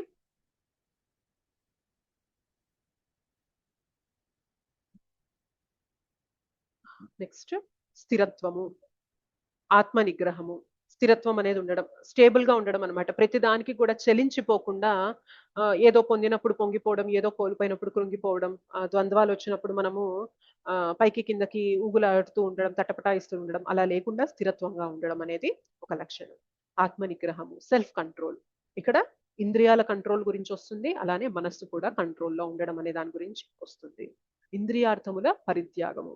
సో ఇంద్రియాలని ఇంద్రియ సుఖాలలో మనం వినియోగం చేయాలి అనే ఇది లేకుండా దాన్ని పరిత్యజించడం అనమాట. సో మన ఇంద్రియాలు అనేవి ఎందుకు ఇచ్చారు భగవంతుడు అంటే భగవంతుని సేవ కోసం ఇచ్చారు. ఇంద్రియాలని ఇంద్రియార్థములలో వెచ్చించడానికి కాదు మనకి ఇంద్రియాలు ఇచ్చింది భగవంతుడు. ఓకే. ఇందాక ఒక చిన్న మెసేజ్ చదివాను శ్రీల ప్రభుపాదుల వారి గురించి. అందులో చెప్తున్నారు, ఏమంటున్నారంటే మీరు నాకు $1000 ఇచ్చినా గానీ నేను వెళ్ళి మూవీ చూడను అని చెప్పారంట. ప్రతి క్షణం కూడా మనకి భగవంతుడు ఇచ్చింది హ్యూమన్ లైఫ్ లో భగవంతుని సేవలో పెట్టడానికి. మనం ఎన్ని గంటల సమయం, ఎంత సమయాన్ని మనము ఇంద్రియ ప్రీతి కోసం వెచ్చిచ్చేస్తున్నామో, ఎంత విలువైన సమయాన్ని మనం అలా వృధా చేసేసుకుంటున్నామో, బూడిద పాలు చేసుకుంటున్నామో మనకు అర్థం కావట్లేదు అని చెప్పి ఆ మెసేజ్ లో ఉందన్నమాట. చాలా చాలా పర్ఫెక్ట్ గా అనిపించింది. ఎంత సమయాన్ని వృధా చేసుకుంటున్నాం కదా మనము. సో ఇప్పుడు టెక్నాలజీ పెరిగిపోయాక, ఇంటర్నెట్ అనేది మనకి అందుబాటులోకి వచ్చేసాక, ప్రతి ఒక్కరి చేతిలోకి స్మార్ట్ ఫోన్లు వచ్చేసాక ఎన్ని డిస్ట్రాక్షన్స్, ఒక్క పని ఫోకస్ గా చేయడానికి మనకి చేత కావట్లేదు. ప్రతిసారి కూడా 5 నిమిషాలకు ఒకసారి అసలు ఎలా ఉంటుంది అంటే మనకి 5-10 మినిట్స్ అసలు మెసేజ్ రాలేదంటే మనకి డౌట్ వస్తుంది అనమాట. ఏంటి ఇంతవరకు నోటిఫికేషన్ రాలేదు అంటే ఇంటర్నెట్ సరిగ్గానే వర్క్ అవుతుందా, వైఫై సరిగ్గానే వర్క్ అవుతుందా, ఒకసారి మొబైల్ డేటా కూడా ఆన్ చేసి చూద్దాం, ఏమన్నా మెసేజెస్ ఏమన్నా రాకుండా ఆగిపోయాయేమో అని మనకి అంత దారుణమైన స్థితికి వెళ్ళిపోయాం మనం. సో మనకి మోగుతూ ఉండాలన్నమాట. అది టింగ్ టింగ్ టింగ్ టింగ్ టింగ్ అని మోగుతూ ఉంటే మనకి తృప్తిగా ఉంటుంది. ఇవాళ మన జీవితంలో ఏ పని చేయాలన్నా ఆధ్యాత్మికంగా కానీ భౌతికంగా కానీ ఏ విషయం పైన ఫోకస్ లేకుండా ఎందుకు ఇలా అయిపోతున్నాము అంటే ఒక్కటే రీజన్, ఈ డిస్ట్రాక్షన్స్ కి మనం బాగా బానిసైపోయాము. వీటిని ఎప్పుడైతే పక్కన పెడతామో భౌతికంగా ఎదగలుగుతాం, ఆధ్యాత్మికంగా కూడా ఎదగలుగుతాము. బట్ వీటిని కంటిన్యూ చేస్తూ నేను అన్నిట్లో ముందుకెళ్తాను అంటే మాత్రం కుదరని పని, కుదరదు. ఓకే. సో వీలైనంత ఇంద్రియాలకి ఇంద్రియార్థాలు అనేవి దూరం పెట్టాలి. అక్కడ అసలు సుఖం లేదు, బట్ మనకు అనిపిస్తుంది ఏంటంటే అదేదో ఫీలింగ్ అనమాట మనకి. ఒకసారి ఒక మెసేజ్ చూడగానే, లేకపోతే కొద్దిసేపు ఫోన్ చూడకపోతే అమ్మో నేను ఎంత సమాజంతో కనెక్ట్ అవ్వలేకుండా ఉన్నాను, నేను ఇంతసేపు ఫోన్ చూడలేదు, ఇన్ని మెసేజ్లు చూడలేదంటే నేను ఎంత డిస్కనెక్ట్ అయిపోయాను. మనం నిజంగా అంత డిస్కనెక్ట్ అవుతామా? ఏమన్నా ఉంటుందా మనం ఉద్ధరించేది చెప్పండి? బట్ మనకి అట్లాంటి ఫీలింగ్ అనేది మన మైండ్ క్రియేట్ చేస్తూ ఉంటుంది అనమాట. ఓకే. సో వీలైనంత ఇంద్రియాలని భగవంతుని సేవలో వినియోగం చేయడానికి ఉపయోగిస్తూ ఉండాలి మనం. ఇవి సడన్ గా రావు చేంజెస్. ఇవాళకి వాళ్ళ క్లాస్ విన్నాము ఇప్పటికిప్పుడు చేస్తామంటే అవ్వదు. కానీ ఒక్కొక్క మెట్టు, ఒక్కొక్క చేంజ్ అనేది మీ లైఫ్ లో తీసుకోండి. ఒక్కొక్క చేంజ్, ఒక్కొక్క అడుగు. మీరు ఇప్పుడున్న స్థితి ఏంటి, మీరు ఏం చేయగలరు? రోజుకి మీ ఫోన్ టైం కానీ, లేకపోతే మీరు మూవీ అంటే మీరు టీవీ చూసే టైం కానీ, ఏదైనా కానీ అసలు మీకు ఎంత టైం స్క్రీన్ కి ఇస్తున్నారు, ఇంద్రియార్థాలకి అంటే ఇంద్రియ ప్రీతి కోసం ఎంత టైం ఇస్తున్నారో ఒకసారి లెక్క వేసుకొని దాన్ని నేను ఒక రోజులో నేను 4 గంటలు ఇస్తుంటే, 6 గంటలు ఇస్తుంటే దాన్ని కనీసం ఒక అరగంట తగ్గిస్తా, 5:30 గంటకి తీసుకొస్తా అని ప్రయత్నం చేయండి. అట్లా మెల్లమెల్లగా కట్ షార్ట్ చేసుకుంటూ వస్తే అసలు జీవితంలో ఎంత కోల్పోయామో ఇన్ని రోజులు మనకు అర్థమవుతుంది అనమాట. ఎన్ని పనులు చేయొచ్చు. ఒకసారి మనం అనుకుంటాం నా జీవితంలో టైం లేదు మాతాజీ, నాకు ఇవన్నీ చేయడానికి నాకు టైం లేదు. ఇది కామన్ కంప్లైంట్ తెలుసా? భగవన్నామ జపం చేయండి అంటే వచ్చే ఫస్ట్ రీజన్ ఏంటి అంటే నాకు టైం లేదు. టైం అనేది ఉండదు, ఎవరి లైఫ్ లో టైం ఉండదు. కానీ టైం లేకున్నా కూడా చాలా మంది రోజుకి 16 మాలలు చేస్తున్నారు, ఇంట్లో పనులు చూసుకుంటున్నారు, ఉద్యోగానికి వెళ్ళి ఉద్యోగం చేసుకొస్తున్నారు. చాలా మంది స్టూడెంట్స్ అయితే 16 మాలలు చేసుకొని వాళ్ళు కాలేజ్కి వెళ్ళి చక్కగా చదువుకొని మంచి పర్సంటేజెస్ తెచ్చుకుంటున్నారు ఇయర్ ఎండ్కి. ఎట్లా చేయగలుగుతున్నారు? ప్రతి ఒక్కరికి కూడా ఉన్నది 24 గంటలే కదా. కానీ కొందరు ఆ 24 గంటల్లో ఆల్మోస్ట్ 6-7 గంటలు 7-8 గంటలు ఫోన్ దగ్గరే కేటాయించేస్తూ ఉంటాం. కాబట్టి ఆ టైం అంతా వెళ్ళిపోతుంది మన జీవితంలో, మనకి తెలియకుండా ఇట్లా చేయి జారిపోతుంది అనమాట మన సమయం అనేది.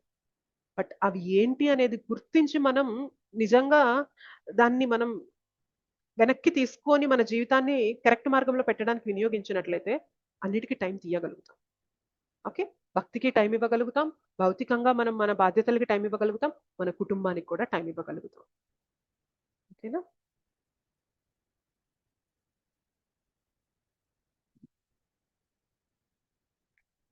నెక్స్ట్ అహంకార రాహిత్యము. అహంకారం అనేది లేకుండా ఉండడం. సో అహంకారం అంటే ఏంటి అంటే ఇందాక అనుకున్నాం కదా, సో గర్వము, అహంకారం ఇవన్నీ కొంచెం దగ్గరగా ఉంటాయి మనకి పదాలు అనేవి. సో నేనే చేయగలిగాను, నా వల్లే జరిగింది అనే భావన అనేది లేకుండా ఉండడం. జన్మ మృత్యు జరా వ్యాధుల దోషమును గుర్తించుట. అసలు నిజమైన ప్రాబ్లమ్స్ ఏంటి అంటే జన్మ మృత్యు జరా వ్యాధి అంటే పుట్టుక, మరణము, వృద్ధాప్యము, వ్యాధి. ఇవి నిజమైన మనకి ప్రాబ్లమ్స్. వాటిని గుర్తించడం కూడా జ్ఞానంలో ఉన్న ఒక లక్షణం. ఇంతకుముందు అనుకున్నాం కదా, అసలంటూ రోగం తెలిస్తే మందు వేసుకోవడానికి ప్రయత్నం చేస్తాం. రోగమే తెలియట్లేదు అనుకోండి, ఏం మందు వేసుకుంటాం? వేసుకోలేం కదా. సో మనం ఇక్కడికి వచ్చాక భగవద్గీత విన్న తర్వాత మనం తెలుసుకోవాల్సింది ఏంటి అంటే మనందరికీ ఉన్నది ఏంటి అంటే భవరోగము. భవరోగం అంటే ఏంటి అంటే జన్మ మృత్యు జరా వ్యాధి. సో నేనేం చేయాలి? ఈ రోగం నుండి బయటపడాలి. అది మనం చేయాల్సిన ప్రథమ బాధ్యత. ఓకే. అనాసక్తి అంటే ఏంటంటే భౌతిక విషయాలపైన అనాసక్తి అనేది కలిగి ఉండడం అనమాట.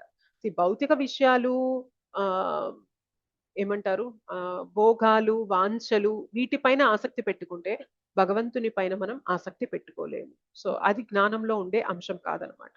సో ఆసక్తి ఎప్పుడు కూడా భౌతికం నుండి ఆధ్యాత్మికం వైపు తిరుగుతూ ఉండాలి. అంటే మనం భగవంతుడి పైన ఆసక్తి పెట్టుకుంటూ ఉన్నాం అనుకోండి, భౌతిక విషయాల పట్ల అనాసక్తి అనేది డెవలప్ అవుతూ ఉంటుంది. ఇవాళ మనకి భౌతిక విషయాల పట్ల ఆసక్తి ఉంది కాబట్టి భగవంతుడు అంటే అనాసక్తి ఉంది. బట్ మనం ఏం చేయాలంటే గేర్ షిఫ్ట్ చేయాలన్నమాట. భగవంతుని పైన ఆసక్తి పెట్టే సాధన మార్గంలోకి వస్తే కొంతకాలం తర్వాత ఆసక్తి ఇటుకొస్తుంది, ఇటు విషయాలపైన అనాసక్తి అనేది వస్తుంది. ఓకే. బిడ్డలు, భార్య, గృహము మున్నగు బంధముల నుండి విముక్తి. అంటే దీన్ని తప్పుగా అర్థం చేసుకోకూడదు. ఇది అంటే ఇంక అన్ని వదిలేసేయాలా, బిడ్డల్ని, భార్యల్ని, గృహాన్ని అన్నిటిని వదిలేసేయాలా అంటే కాదు. సో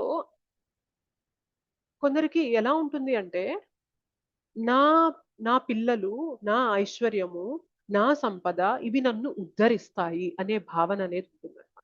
అది కరెక్ట్ కాదు. ఓకే. మన మృత్యు సమయం మనకు వచ్చినప్పుడు మనకి ఎంత ఆస్తిపాస్తులున్నా, ఎంతమంది బంధుమిత్రులున్నా, ఎంతమంది పిల్లలున్నా, ఎంత బలగం ఉన్నా మనం అన్నిటినీ వదిలేసి వెళ్ళిపోవాల్సిందా కాదా చెప్పండి? Yes or no? వెళ్ళిపోవాల్సిందే అవును మాతాజీ. సో విముక్తి అంటే ఇక్కడ అర్థం ఏంటి అంటే అవి నన్ను ఉద్ధరిస్తాయి అనే భావన లేకుండా ఉండడం అనమాట. వారిని ప్రేమగా, బాధ్యతగా చూసుకోవడం అనేది మనం ఎప్పుడు కూడా నిర్లక్ష్యం చేయకూడదు. అలా నిర్లక్ష్యం చేశామంటే భగవంతుడికి అస్సలు నచ్చదు. ఎందుకంటే అర్జునుడు తన ధర్మాన్ని నిర్లక్ష్యం చేస్తుంటే ఏమంటున్నారు? నీకు అసలు బుద్ధి ఉందా లేదా, నువ్వు క్షత్రియుడివేనా, ఇలా మాట్లాడుతున్నావు ఏంటి అని మొదట్లోనే బాగా చివాట్లు పెట్టేశారు. సో మనం కూడా మన బాధ్యతని నిర్లక్ష్యం చేసేద్దాము. పిల్లల్ని పట్టించుకోవద్దు, భార్యని పట్టించుకోవద్దు, భర్తని పట్టించుకోవద్దు, బాధ్యతల్ని పట్టించుకోవద్దు అని ఎప్పుడు భగవద్గీత చెప్పదు. వాటిని పట్టించుకుంటూ కూడా భగవంతుడిని మీ జీవితంలో జోడించండి, అన్ని కూడా సుఖమయం అవుతాయి. ఇది భగవద్గీత చెప్తుంది అనమాట. ఓకే. ఒకసారి ఏమవుతుంది అంటే ఒక చిన్న స్టోరీ ఉంది, చెప్తాను. ఈ సందర్భానికి తగ్గట్లుగా ఉంటుంది అది. ఒక వ్యక్తి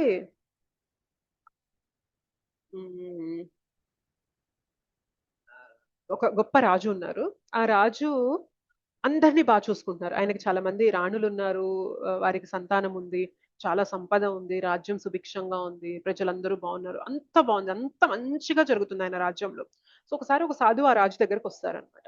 ఆ రాజు దగ్గరకు వచ్చి ఆ సాధువుకి చెప్తారు, నువ్వు అంతా బాగుంది కదా నీ జీవితంలో, నేను ఒక చిన్నది చెప్తాను, అది చెయ్యంటే చెప్పండి అంటారనమాట. అంటే కొంచెం సమయం భగవంతునికి కేటాయించు అని అడుగుతారనమాట. రాజు అంటారు, ఇంకేదన్నా చెప్పండి, భగవంతునికి సమయం ఇవ్వడం ఇవన్నీ నా దగ్గర కుదరవు అని అంటారు అనమాట. ఆయన బ్రతిమలాడతారు సాధువు. లేదు, నువ్వు చాలా గొప్ప స్థితిలో ఉన్నావు, ఇప్పుడు నీకు ఎలాంటి ఇబ్బందులు లేవు, ఇంత సుభిక్షంగా ఉన్నావు, నీ మనసులో ఎలాంటి టెన్షన్స్ అనేవి లేని స్థితిలో ఉన్నావు, కొంచెం సమయం, రోజు మొత్తం కూడా నేను తీయమని చెప్పట్లా, నీ బాధ్యతలను నువ్వు చూసుకుంటూ కొంచెం సమయం భగవంతునితో కనెక్ట్ అవ్వు అని చెప్తే ఆయన ఎంతసేపటికి ఒప్పుకోరు అనమాట. సరే ఆ సాధువు ఎంత ప్రయత్నించినా వినడం లేదు. ఏం చెప్తారంటే, సరే ఇది వినడం లేదు కదా, నీకు ఇంకొక పని చెప్తాను, చేస్తావంటే చెప్పండి, ఇది కాకుండా ఇంకేం చెప్పినా చేస్తాను అని అంటారు. సో ఆ సాధువు ఏమంటారంటే ఆయన చేతిలో ఒక దండ పెట్టి, ఇది మీ రాజ్యంలో అత్యంత మూర్ఖుడిని కనుక్కొని ఆయన చేతిలో ఈ స్టిక్ ని పెట్టు అని అంటారు అనమాట. ఓకేనా? సో ఓకే, ఇదేముంది నేను చేసేస్తానులేండి, ఇది ఈజీనే అని చెప్పి భటుల్ని పిలుస్తారు. పిలిచి రాజ్యం నలుమూలలా వెతకండి, ఎవరైతే అత్యంత మూర్ఖంగా ఉంటారో వాడిని తీసుకొని రండి అని అంటారు అనమాట. సో వీళ్ళు ఇంకా మొత్తం జల్లెడ పట్టడం మొదలు పెడతారు. ఎవరు మూర్ఖంగా ఉంటారు, ఎవరు మూర్ఖంగా ఉంటారు, ఎవరు మూర్ఖంగా ఉంటారు. అంతా వెతకగా ఆల్మోస్ట్ ఊరి అంటే ఆ రాజ్యం చివరిలో ఒక వ్యక్తి ఏం చేస్తూ ఉంటారంటే, ఒక చెట్టు కొమ్మ పైన కూర్చొని తను కూర్చున్న కొమ్మనే నరుక్కుంటూ ఉంటాడనమాట. సో నిజంగా ఎంత మూర్ఖుడు కాకపోతే, అది కోసే కొద్దీ రంభంతో ఇట్లా దానికి వేటు పడే కొద్దీ ఏమవుతుంది అంటే, ఆ కొమ్మ విరిగిపోయి అంత పైనుండి ఈయన కింద పెడతారు కదా. సో ఆ విషయం కూడా తెలుసుకోలేనంత మూర్ఖంగా తను కూర్చున్న కొమ్మనే ఆయన కోసుకుంటూ ఉన్నాడు. సో రాజభటుల ఆయన్ని చూసి దొరికాడు మనకి పెద్ద మూర్ఖుడు అని చెప్పి తీసుకొని రాజు దగ్గరకు వస్తారనమాట. రాజుగారు మాకు మూర్ఖుడు దొరికారండి అని అంటారనమాట. అవునా, ఏం చేస్తున్నావయ్యా నువ్వు అంటేను చెప్తారు. తను కూర్చున్న కొమ్మనే ఆయన నరుక్కుంటున్నాడు అంటేను రాజు గట్టిగా నవ్వి ఆ స్టిక్ ని ఆయన చేతిలో పెడతారనమాట. పెట్టి చెప్తారు, నువ్వు నీ జీవితంలో నీకన్నా పెద్ద మూర్ఖుడిని చూస్తే ఈ స్టిక్ ని నువ్వు ఆయన చేతిలో పెట్టచ్చు అని చెప్పి చెప్తారు. సరే, ఇంక అందరూ వెళ్ళిపోతారు. ఆయన స్టిక్ తీసుకుంటారు, వెళ్తారు. కొంతకాలం గడిచిన తర్వాత ఇంకా రాజు తన శరీరాన్ని విడిచిపెట్టే సమయం అనేది వచ్చేసింది. సో అవసాన దశ వచ్చేసి ఇంకా వెళ్ళిపోయే సమయం వచ్చేసిందని రాజుకు అర్థమవుతుంది అనమాట. ఆయనకి తన రాజ్యంలో ఉన్న వాళ్ళందరినీ కూడా చూడాలని కోరిక కలిగింది. సో రాణులు అక్కడే ఉన్నారు, పిల్లలు అక్కడే ఉన్నారు. రాజ్యంలో ప్రజలందరూ కూడా వచ్చి కనిపించి రాజుగారిని చూసి దర్శనం చేసుకొని వెళ్తూ ఉన్నారు. ఈ రాజుగారికి ఈ మూర్ఖుడిని చూడాలని కూడా కోరిక కలిగింది. భటులకు చెప్పారు, ఆ మూర్ఖుడికి మనం అప్పుడు కర్ర ఇచ్చాం కదా, వాడిని కూడా తీసుకొనండి, పాపం వాడిని ఎందుకు వదిలేయడము, వాడిని కూడా నాకు ఒకసారి చూడాలని ఉంది అని అంటారు అనమాట. సరే, ఆయన మళ్ళీ తీసుకొస్తారు. తీసుకొచ్చాక ఆ మూర్ఖుడు అంటారు, ఏమైంది రాజుగారు, ఎందుకు నన్ను తీసుకొచ్చారు అంటేను, నేను ఇంకా వెళ్ళిపోతున్నాను రా అని అంటారు అనమాట రాజుగారు. ఎక్కడికి వెళ్తున్నారు రాజుగారు అంటేను, తిరిగి రాని లోకాలకు నేను వెళ్తున్నాను రా అని అంటారు అనమాట. అవునా, మరి ఎందుకు దిగాలుగా ఉన్నారంటేను, నేను ఇంకా ఒంటరిగా వెళ్ళాలి కదరా, నాకు ఇంకేముంది అని అంటారు అనమాట. ఒంటరిగా వెళ్ళడం ఎందుకు, మీకు ఇంతమంది రాణులు ఉన్నారు కదా, ఎవరో ఒక రాణిని తోడు తీసుకెళ్ళండి అని అంటారు అనమాట. ఆ రాజుగారు అంటారు, అక్కడికి ఎవ్వరు రారా, రాణులు ఎవరు రారు అని అంటారు అనమాట. రాణులు రారా, సరే పని, మీకు పిల్లలు ఇంతమంది ఉన్నారు కదా, ఎవరో ఒక పిల్లల్ని తీసుకెళ్ళండి అని అంటారు అనమాట. పిల్లలు కూడా రారా ప్లేస్ కి అని అంటారు అనమాట. పిల్లలు కూడా రారా, మరి మీ రాజ్యంలో ఇంతమంది ప్రజలు ఉన్నారు కదా, ఎవరో ఒకళ్ళని తీసుకెళ్ళండి అని అంటారు అనమాట. ఎవ్వరు రారా, నువ్వు నన్ను విసిగించకరా అని అంటారు అన్నమాట. మరి మీరు ఇంత ధనము ఇదంతా పోగేసుకున్నారు కదా మీ ఖజానాలో, అదేమన్నా తోడు తీసుకెళ్ళండి, అది మీతో పాటు తీసుకెళ్ళండి, అక్కడ ఏమైనా ఉపయోగపడుతుంది కదా మీరు ఒంటరిగా ఉన్నా కూడా అంటే, అవి ఏం తీసుకెళ్ళలేంరా అని అంటారు అనమాట. అప్పుడు ఆయన ఏం చెప్తారు తెలుసా, ఈయన చేతిలో ఏదైతే స్టిక్ ఉందో ఆ స్టిక్ ని రాజుగారి చేతిలో పెడతారనమాట. పెట్టగానే రాజుగారికి కోపం వస్తుంది అనమాట. ఏం చేస్తున్నావురా నువ్వు అని అంటేను, మీరే చెప్పారు కదా రాజుగారు, నాకన్నా పెద్ద మూర్ఖుడు ఎప్పుడైనా కనిపిస్తే ఆయన చేతిలో ఈ కర్రను పెట్టండి అని చెప్పారు కదా అని అంటారు.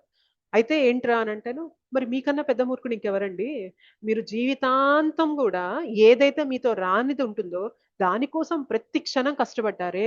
మీ రాణులు ఇసుక పెట్టడం కోసం కష్టపడ్డారు, మీ పిల్లల్ని బాగా చూసుకోవాలని కష్టపడ్డారు, మీ రాజ్యంలో వాళ్ళని చూసుకోవాలని కష్టపడ్డారు, మీ ఖజానా పెంచుకోవాలని కష్టపడ్డారు, మీ పేరు ప్రతిష్టలు పెంచుకోవాలని కష్టపడ్డారు తప్ప ఏది కూడా ఇప్పుడు మీతో రావట్లేదు కదా, మరి ఇంకా ఇంతకన్నా మూర్ఖుడు ఎవరు ఉంటారు అని అన్నారనమాట. రాజుకు ఒక్కసారిగా ఇంకా అర్థమైందనమాట.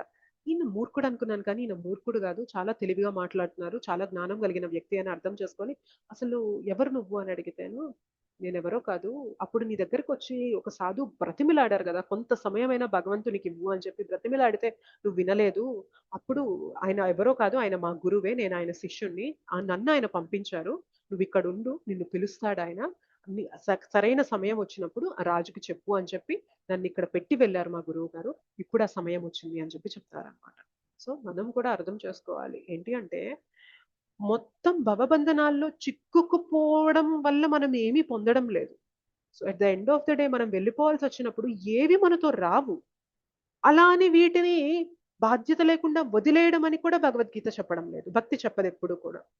ఇవి భగవంతుడు మనకి ఇచ్చారు, మన జీవితంలో మనకి కొంత పిల్లల్ని ఇచ్చారు, తల్లిదండ్రులు ఇచ్చారు, భార్యాభర్తలు ఇచ్చారు, ఫ్యామిలీని ఇచ్చారు, వాళ్ళని జాగ్రత్తగా చూసుకోవడం అనేది మన బాధ్యత. ఓకే, అలా అని ఇంకా అటాచ్మెంట్, ఓవర్ అటాచ్మెంట్ పెట్టేసుకొని వీళ్ళు నన్ను ఉద్ధరించేస్తారు, వీళ్ళే నా సర్వస్వం, వీళ్ళే నాకు ఇది అనే భావన కూడా ఉండకూడదు. వాట్ ఈస్ వాట్ అని క్లియర్ గా తెలుసుకొని ఉండడం అనేది నిజమైన జ్ఞానం అన్నమాట. అర్థమైందా స్టోరీ, అర్థమైందా? చాలా బాగా అర్థమైంది.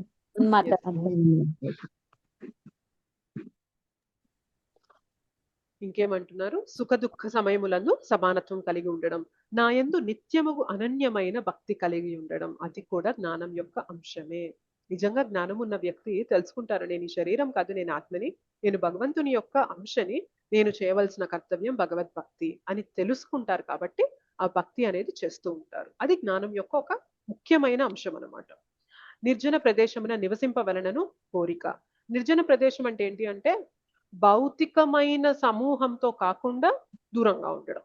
నిర్జన అంటే బేసిక్ గా అందరికీ దూరంగా వెళ్ళడం అని కాదు, బట్ ఏంటి అంటే భక్తుల సాంగత్యంలో ఉండడం, భగవంతుని కి దగ్గర అయ్యే విధంగా మనం జీవించడం అని ఇక్కడ మనం అర్థం చేసుకోవాలి. సో సామాన్య జన సమూహమునందు అనాసక్తి, ఆత్మానుభూతి ప్రాముఖ్యమును అంగీకరించుట. ఎంత ఇంపార్టెంట్ ఆత్మని తెలుసుకోవడం, ఆత్మస్థరంలో జీవించడం అనేది ఎంత విలువైనది అని తెలుసుకోవడము, పరతత్వం యొక్క తాత్విక అన్వేషమును అనునవన్నీయు అంటే పరతత్వం భగవంతుని యొక్క ఆ తత్వం గురించి తెలుసుకోవడం, ఇదంతా కూడా జ్ఞానం యొక్క అంశాలు, లక్షణాలు అని భగవంతుడు చెప్తున్నారు అనమాట. అయితే ఇవి కాకుండా ఇంకా ఏది ఉన్నా కానీ అదంతా కూడా అజ్ఞానమే అని భగవంతుడు చెప్తున్నారు. ఓకేనా?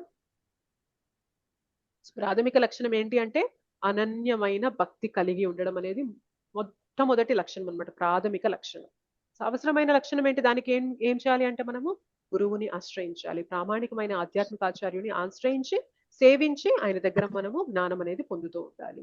సో వీటికి కావాల్సిన ఇంకొన్ని లక్షణాలు ఏంటి అంటే వినయం కలిగి ఉండాలి, అహింస అనేది ఉండాలి, ఆత్మ నిగ్రహం అనేది ఉండాలి, మరియు సామాన్య జనుల సహవాసమునందు అనాసక్తి అనేది ఉండాలి. ఓకే, ఆదర్శ గృహ జీవనం ఏంటి అంటే ఆ family that praise together stays together అంటారు.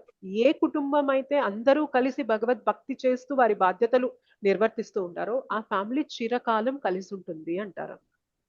ఎందుకు చిరకాలం కలిసి ఉంటుంది అని చెప్తున్నారు అంటే ఒక ఫ్యామిలీ మొత్తం కలిసి భగవంతుని ఆరాధన చేస్తుంది అంటే ఆ ఫ్యామిలీలో సెంటర్ భగవంతుడు అయ్యారు. ఎప్పుడైతే సెంటర్ భగవంతుడు అయ్యారో మన అహంకారం అనేది సెంటర్ అవ్వదు. ఎప్పుడైతే మన అహం సెంటర్ అవ్వదో రిలేషన్షిప్స్ అనేవి బెటర్ అవుతాయి. ఎందుకు ఇవాళ రిలేషన్షిప్ ప్రాబ్లమ్స్ వస్తున్నాయంటే మన ఈగో అనేదే సెంటర్ అవుతుంది. నేను చెప్పినట్టే జరగాలి, నాకు నచ్చినట్టే జరగాలి, నా ఇష్ట ప్రకారమే జరగాలి అనే భావన వస్తుంది. కాబట్టి ఇవాళ రిలేషన్షిప్స్ అనేవి కరెక్ట్ గా ఉండడం లేదు. ప్రతి వ్యక్తి అలానే కోరుకుంటున్నారు, భార్య అలానే కోరుకుంటుంది, భర్త అలానే కోరుకుంటున్నారు, పిల్లలు అలానే కోరుకుంటున్నారు. దానివల్ల ఏమవుతుందంటే ఇంట్లో క్లాషెస్ అనేవి వస్తున్నాయి. బట్ నేను చెప్పింది, నువ్వు చెప్పింది, పిల్లలు చెప్పింది కాదు, భగవంతుడు ఏం చెప్పారో దానికి తగ్గట్టుగా మనం బ్రతుకుతాం, శాస్త్రాలు ఏం చెప్పాయో దానికి తగ్గట్టుగా మనం బ్రతుకుతాం అనే దాన్ని సెంటర్ కి తీసుకొచ్చామనుకోండి, అక్కడ కామన్ ఇంట్రెస్ట్ వచ్చేస్తుంది అనమాట. దానివల్ల ఏమవుతుంది అంటే సమన్వయంగా ఉండడం అనేది పాసిబుల్ అవుతుంది ఒక కుటుంబంలో. ఓకే, ఒక జంట జనరల్ గా మనకి వివాహం చేస్తున్నప్పుడు జాతకాలు అనేవి కొందరు చూస్తూ ఉంటారు కదా. సో జాతక రీత్యా ఒక జంటకి అస్సలు పొసగదంట. సో ఆ భార్యాభర్తలు ఎవరైతే ఉన్నారో వాళ్ళకి ఎప్పుడు కూడా గొడవలు తగ్గులు అనేవి వస్తూ ఉండాలి. వాళ్ళ నక్షత్ర అంటే వాళ్ళ గ్రహాలు అనేవి ఆ కలయిక అనేది అలా కరెక్ట్ గా లేదు అని సంభవం అలా క్యాలిక్యులేషన్స్ వేసి చెప్పారనమాట. అయితే వాళ్ళిద్దరూ ఏం చేశారంటే ప్రతిరోజు కూడా భాగవతం అనేది ఇద్దరు కలిసి భగవంతుని ముందు కూర్చొని చదివేవారంట ప్రతిరోజు. సో అలా వాళ్ళు ఆల్మోస్ట్ ఇప్పటికి 50-60 ఏళ్ళు వచ్చినా కూడా ఇంతంటే ఇంత క్లాషెస్ అనేవి లేకుండా ఉండగలిగారు అంటే అందరూ ఆశ్చర్యపోయారంట. ఎలా పాసిబుల్ అయింది ఇలా అంటే కేవలం భక్తి చేయడం వల్ల ఇద్దరు కలిసి భాగవతం శ్రవణం చేస్తూ భాగవతం చదువుతూ భగవంతుని ప్రీత్యార్థం చేయడం వల్ల వారి మధ్యలో ఏవైతే డిస్టర్బెన్సెస్ రావాలో అవి కూడా రాకుండా భగవద్భక్తి ఆపింది అని చెప్తారనమాట. సో చాలా గొప్పగా ఉంటుందన్నమాట. మనం అనుకుంటూ ఉంటాం ఏంటి అంటే ఓకే మన ఫ్యామిలీలో కొందరు స్వభావం ఇలా ఉంది, అలా ఉంది, అలా ఇలా అని అనుకుంటూ ఉంటాం. కానీ ఒకవేళ అందరం కనుక కలిసి భక్తి చేయగలిగితే అవన్నీ పక్కకి వెళ్ళిపోతాయి, అవన్నీ సైడ్ లైన్ అయిపోతాయి, కృష్ణ సెంటర్ అయిపోతారు. ఎప్పుడైతే కృష్ణ సెంటర్ అయిపోతారో చాలా చాలా సమన్వయంగా, చాలా సజావుగా, చాలా సంతోషంగా, ఆహ్లాదకరంగా ఉంటుంది అనమాట ఫ్యామిలీ అనేది. ఓకే,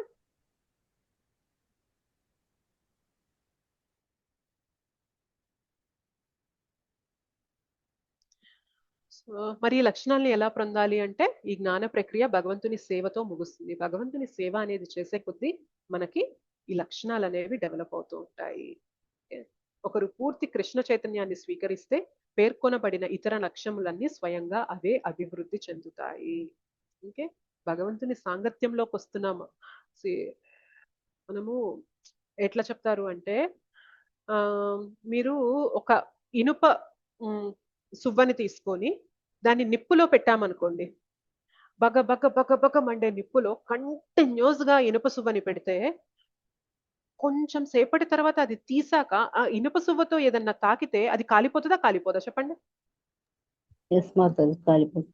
అంటే basically ఏం జరిగింది? ఇనుప సువ్వకి వేరే ఏదైనా ఇనుప సువ్వ తీసుకోండి, అసలు నిప్పులో పెట్టకండి, దాన్ని తీసుకెళ్ళి ఎక్కడైనా పెడితే అది కాల్చేస్తుందా? లేదు మాతాజీ. లేదు మాతాజీ. ఆ ఇనుప సువ్వకి కాల్చేసే గుణం ఎక్కడి నుండి వచ్చింది అంటే అది కంటిన్యూస్ గా నిప్పులో అలా ఉండడం వల్ల దానికి కూడా ఆ నిప్పు యొక్క లక్షణం అనేది వచ్చిందనమాట. మనం కూడా భక్తి చేస్తూ భగవంతుని సాంగత్యంలో, శుద్ధ భక్తుల సాంగత్యంలో ఆచార్యులు ఇచ్చిన ఇన్స్ట్రక్షన్స్ అనేవి ఫాలో అవుతూ ఉండగా ఏమైతుంది అంటే వారిలో ఉండే దైవీ గుణాలు అనేవి మనలో కూడా ప్రకటితమవుతాయి. సో భక్తి చేస్తూ ఉంటే ఈ లక్షణాలు అనేవి ఆటోమేటిక్ గా మేనిఫెస్ట్ అవుతూ ఉంటాయి, కనిపిస్తూ ఉంటాయి అన్నమాట మనకి. హరే కృష్ణ మాతాజీ. దీనికి if you want to shine like a sun, first you become as a sun in the fire. అంటే సూర్యుని లెక్క ప్రకాశించాలంటే అగ్నిగోళంలో సూర్యుని లెక్క నువ్వు బాగా అంటే దహించబడదని. అది మీరు చెప్పిన దానికి చాలా సూటబుల్ గా బాగుంది. కరెక్ట్. అవును, అంతే, కరెక్ట్.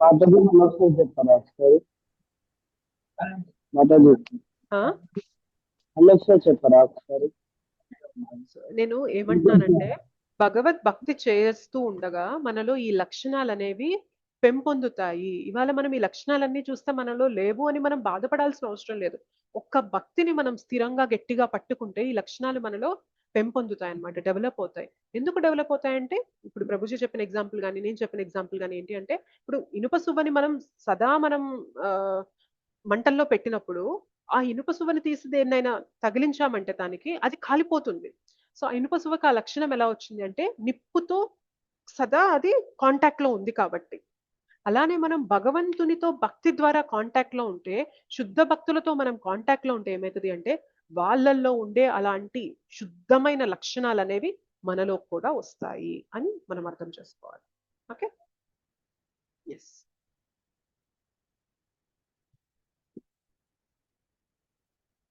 ఇంకేమంటున్నారు అంటే ఇప్పుడు ఎస్, సో డబ్ల్యూ అయింది, ఐ అయింది. వైస్ క్వశ్చన్స్, తెలివైన ప్రశ్నల గురించి చర్చించుకున్నాము. జ్ఞానం యొక్క అంశాల గురించి చర్చించుకున్నాము. 20 లక్షణాలు అనేవి ఇక్కడ చెప్పారు భగవంతుడు. ఇప్పుడు ఆత్మ మరియు పరమాత్మ గురించి ఇంకొన్ని డీటెయిల్స్ ఇస్తున్నారు అనమాట. సో ఇక్కడ చూసారా, సో ఒక వ్యక్తి యొక్క హృదయంలో ఇక్కడ లెఫ్ట్ సైడ్ ఉన్న వ్యక్తి ఆత్మ అనుకున్నట్లయితే రైట్ సైడ్ ఉన్న వ్యక్తి పరమాత్మ. పరమాత్మ మనకి చతుర్భుజ రూపంలో ఉంటారు అనమాట. ఓకే, ఏమంటున్నారంటే నేయం యత్తత్ ప్రవక్ష్యామి యజ్ఞాత్వా మృతమశ్నుతే అనాదిమత్పరం బ్రహ్మ నసత్తన్నాసదుచ్యతే. దేనిని తెలుసుకునేట ద్వారా నీవు అమృతత్వమును ఆస్వాదింపగలవో అట్టి తెలియదగిన దానిని నేను వివరింతును. ఆది లేనిదియు నాకు అధీనము ను అగు బ్రహ్మము ఈ భౌతిక జగత్తునందలి కార్యకారణములకు అతీతమై ఉండును. సో దేని గురించి తెలుసుకోవడం వల్ల నువ్వు ఇంకా తెలుసుకోవడానికి ఇంకేది ఉండదో అది నీకు తెలుపుతున్నాను అని అంటున్నారు. ఏంటి అంటే ఆత్మజ్ఞానం గురించి ఇంకా మనకి డీటెయిల్స్ ఇస్తున్నారు అనమాట. ఓకే, సో ఈ ఆత్మ, జీవాత్మ అనేది ఈ భౌతిక జగత్తునందు చేసే కార్యకారణములకు అతీతమై ఉండును. మనం ఇక్కడ జీవాత్మ అనేది వీటన్నిటికీ కూడా అతీతంగా ఉన్నది. శరీరాలు తీసుకోవడం వల్ల ఇలా చిక్కుకున్నాం తప్ప జీవాత్మ ఎప్పుడు కూడా ప్యూర్, పవిత్రమైనది భగవంతుడు చెప్తున్నారు అనమాట ఆ విషయం. అంటే జీవాత్మ సాక్షాత్తు నా అంశ. సో ఆత్మ యొక్క లక్షణాలు ఏంటి అంటే శాశ్వతమైనది. ఇది మనం 2వ అధ్యాయంలో చర్చించుకున్నాం. 2వ అధ్యాయంలో కూడా మనం ఆత్మ గురించి చర్చించుకున్నప్పుడు దాన్ని సాంఖ్య యోగము అంటారు అనమాట. సాంఖ్య యోగము, జ్ఞాన యోగము ఇవన్నీ కూడా ఒకటే అర్థాలు. సో ఇప్పుడు మనం జ్ఞాన యోగంలో ఉన్నాం కాబట్టి మళ్ళీ ఆత్మ గురించి వస్తుంది మనకి టాపిక్స్ అనేవి. సో ఆత్మ అనేది శాశ్వతమైనది, పుట్టుక లేనిది. సో పుట్టుక అనేది ఆత్మకు ఉండదు, శరీరానికి మాత్రమే ఉంటుంది పుట్టుక. అనంత కాలముగా ఉన్నది, అది ఎప్పటి నుంచి ఉన్నది అని కూడా మనము ట్రేస్ అవుట్ చేయలేమన్నమాట. ఓకే ఇన్ని సంవత్సరాల నుండా అన్ని సంవత్సరాల నుండా అని కూడా మనం చెప్పలేము. సో శ్రీకృష్ణుడిని సేవించేది, సదా భగవంతుని సేవించేది ఆత్మ, ఎల్లప్పుడూ ఆధారపడి ఉండుట.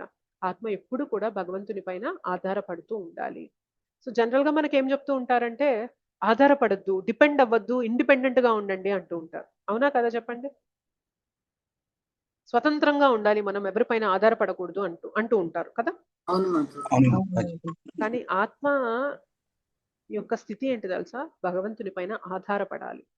సో దీనికి ఒక ఎగ్జాంపుల్ చెప్తారు. ఏం చెప్తారు అంటే, ఒక తల్లికి 2 పిల్లలు ఉన్నారు. 2 పిల్లల్లో ఒకడేమో పెద్ద పెద్ద అబ్బాయి, ఇంకొక అబ్బాయి ఏమో చిన్న అబ్బాయి అనుకోండి. ఈ పెద్ద అబ్బాయి ఏంటి అంటే అన్ని తన పనులు తను చేసుకుంటూ ఉంటాడనమాట. సో పొద్దున్నే లేవడము, తను రెడీ అయిపోవడము, యూనిఫామ్ వేసుకోవడము, బుక్స్ సర్దుకోవడము, బాక్స్ పెట్టుకోవడము, అన్ని తన పనులు తనే చేసేసుకుంటూ ఉంటాడనమాట. సో వాళ్ళమ్మ ఇంకా ఈ బాబు గురించి అంత పట్టించుకోదు. ఇంకా అన్ని తను చేసేసుకుంటున్నాడు కదా అని అనుకుంటది. కానీ ఈ చిన్న అబ్బాయికి మాత్రం ఏం చేత కాదనమాట. ఆ చిన్న అబ్బాయికి బ్రష్ పైన పేస్ట్ కూడా వేసి ఇవ్వాలి. అది కూడా ఏమడుగుతాడంటే అమ్మ అమ్మ అమ్మ అని పిలుస్తూ ఉంటాడు. సో వాళ్ళమ్మ ఎంత పనిలో ఉన్నా కానీ అక్కడికి వచ్చి ఏంట్రా ఏమైంది, నీకేం కావాలి అంటే నాకు ఇద్దో పేస్ట్ వేసి ఇవ్వు అని అడుగుతారు. సో పేస్ట్ వేసి ఇచ్చిన తర్వాత బ్రష్ చేసుకుంటారు. మళ్ళీ తర్వాత ఏమంటారు, నాకు మళ్ళీ వాటర్ తిప్పు అని చెప్పి మళ్ళీ అమ్మ అమ్మ అమ్మ అని పిలుస్తూ ఉంటే మళ్ళీ అమ్మ వచ్చి స్నానానికి వాటర్ తిప్పడం అనేది చేస్తుంది. మళ్ళీ పిలుస్తాడు, మళ్ళీ పిలిచి అమ్మ నాకు ఈ డ్రెస్ ఏ డ్రెస్. సో ప్రతి దానికి కూడా చిన్న బాబు పిలుస్తూ ఉన్నాడు అనుకోండి, అమ్మ రావాల్సిందేనా లేదా చెప్పండి ఆ టైంలో? రావాల్సింది. రావాలి. మనం కూడా ఎలా ఉండాలి తెలుసా? ఆత్మ కూడా భగవంతుడి పైన అలానే డిపెండ్ అవుతూ ఉండాలి. నాకు నీ అవసరం లేదు, నేను నా అంతటా నేను బ్రతికేస్తాను అనుకోవడం అనేది కరెక్ట్ కాదు. సో మనం భగవంతుని యొక్క బిడ్డలం కాబట్టి మనం భగవంతుని పైన ఆధారపడాలి. ఎందుకంటే ఇక్కడ ఇండిపెండెన్స్ అనేది కాదు కావాల్సింది, డిపెండెన్స్ కావాలన్నమాట. భగవంతుని పైన ఆధారపడితేనే మనం తప్పుదారిలో వెళ్లకుండా భగవంతుడు మనల్ని నడిపిస్తాడు. అలా కాకుండా నాకు నువ్వు వద్దు కృష్ణ, నేను నువ్వు చెప్పిన ఇన్స్ట్రక్షన్స్ నాకొద్దు, నీ భగవద్గీత నాకొద్దు, నాకేమొద్దు, నేను I'm an independent grown up girl, grown up boy, నేను నా బ్రతుకు నేను బ్రతుకుతాను అంటే ఏమవుతుంది, మనం వచ్చి మాయలో పడతాం అనమాట. సో ఆత్మకి ఉన్న సహజ స్వభావం ఏంటి అంటే ఆధారపడుతుంది, భగవంతుని పైన ఆధారపడాలి. ప్రపంచ పరిణామాలు మరియు కారణానికి అతీతమైనది. చుట్టూ ఏమైనా జరగనివ్వండి, ఆత్మ మాత్రం నశింపదు. ఓకే, ఇది ఆల్రెడీ మనం 2వ అధ్యాయంలో చర్చించుకున్నాం. పరమాత్మ యొక్క లక్షణాలు ఏంటి అంటే అంతటా వ్యాపించి ఉన్నారు. అంతటా ఆయనకి చేతులు, కాళ్ళు, చెవులు, తలలు, ముఖాలు అన్ని వ్యాపించి ఉన్నాయి. అన్నిటా సమన్వయత.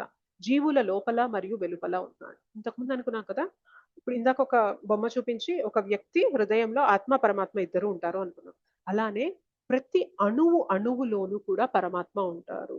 ఇంతకుముందు క్లాసెస్ లో చర్చించుకున్నాం. సో ఇవాళ పంచదారకి ఆ తీపిదనం అనేది పరమాత్మ ఉండి ఆ రుచిని ఇవ్వడం వల్లే జరుగుతుంది. ఉప్పుకి ఆ ఉప్పదనం అనేది పరమాత్మ ఆ పార్టికల్ దానికి ఆ గుణం అనేది ఇస్తున్నారు కాబట్టి అది అలా ఉంటుంది.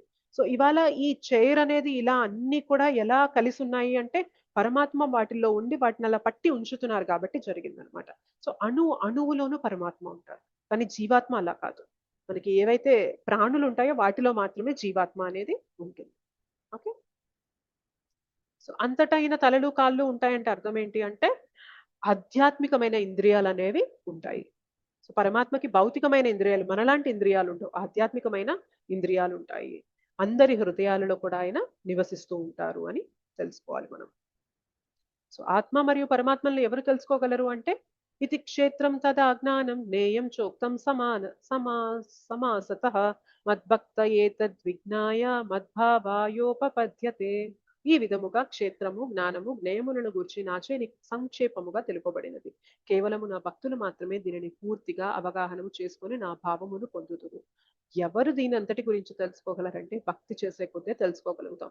ఆత్మ ఏంటి, పరమాత్మ ఏంటి, ఆత్మ చేయాల్సిన కర్తవ్యం ఏంటి, జ్ఞానం ఏంటి, క్షేత్రం ఏంటి, అసలు శరీరం ఏంటి, ఈ భౌతిక జగత్ ఏంటి, ఎవరు దీని అంతటికి భోక్త, ఇదంతా కూడా భగవద్భక్తి చేస్తూ ఉంటే అర్థమవుతుంది.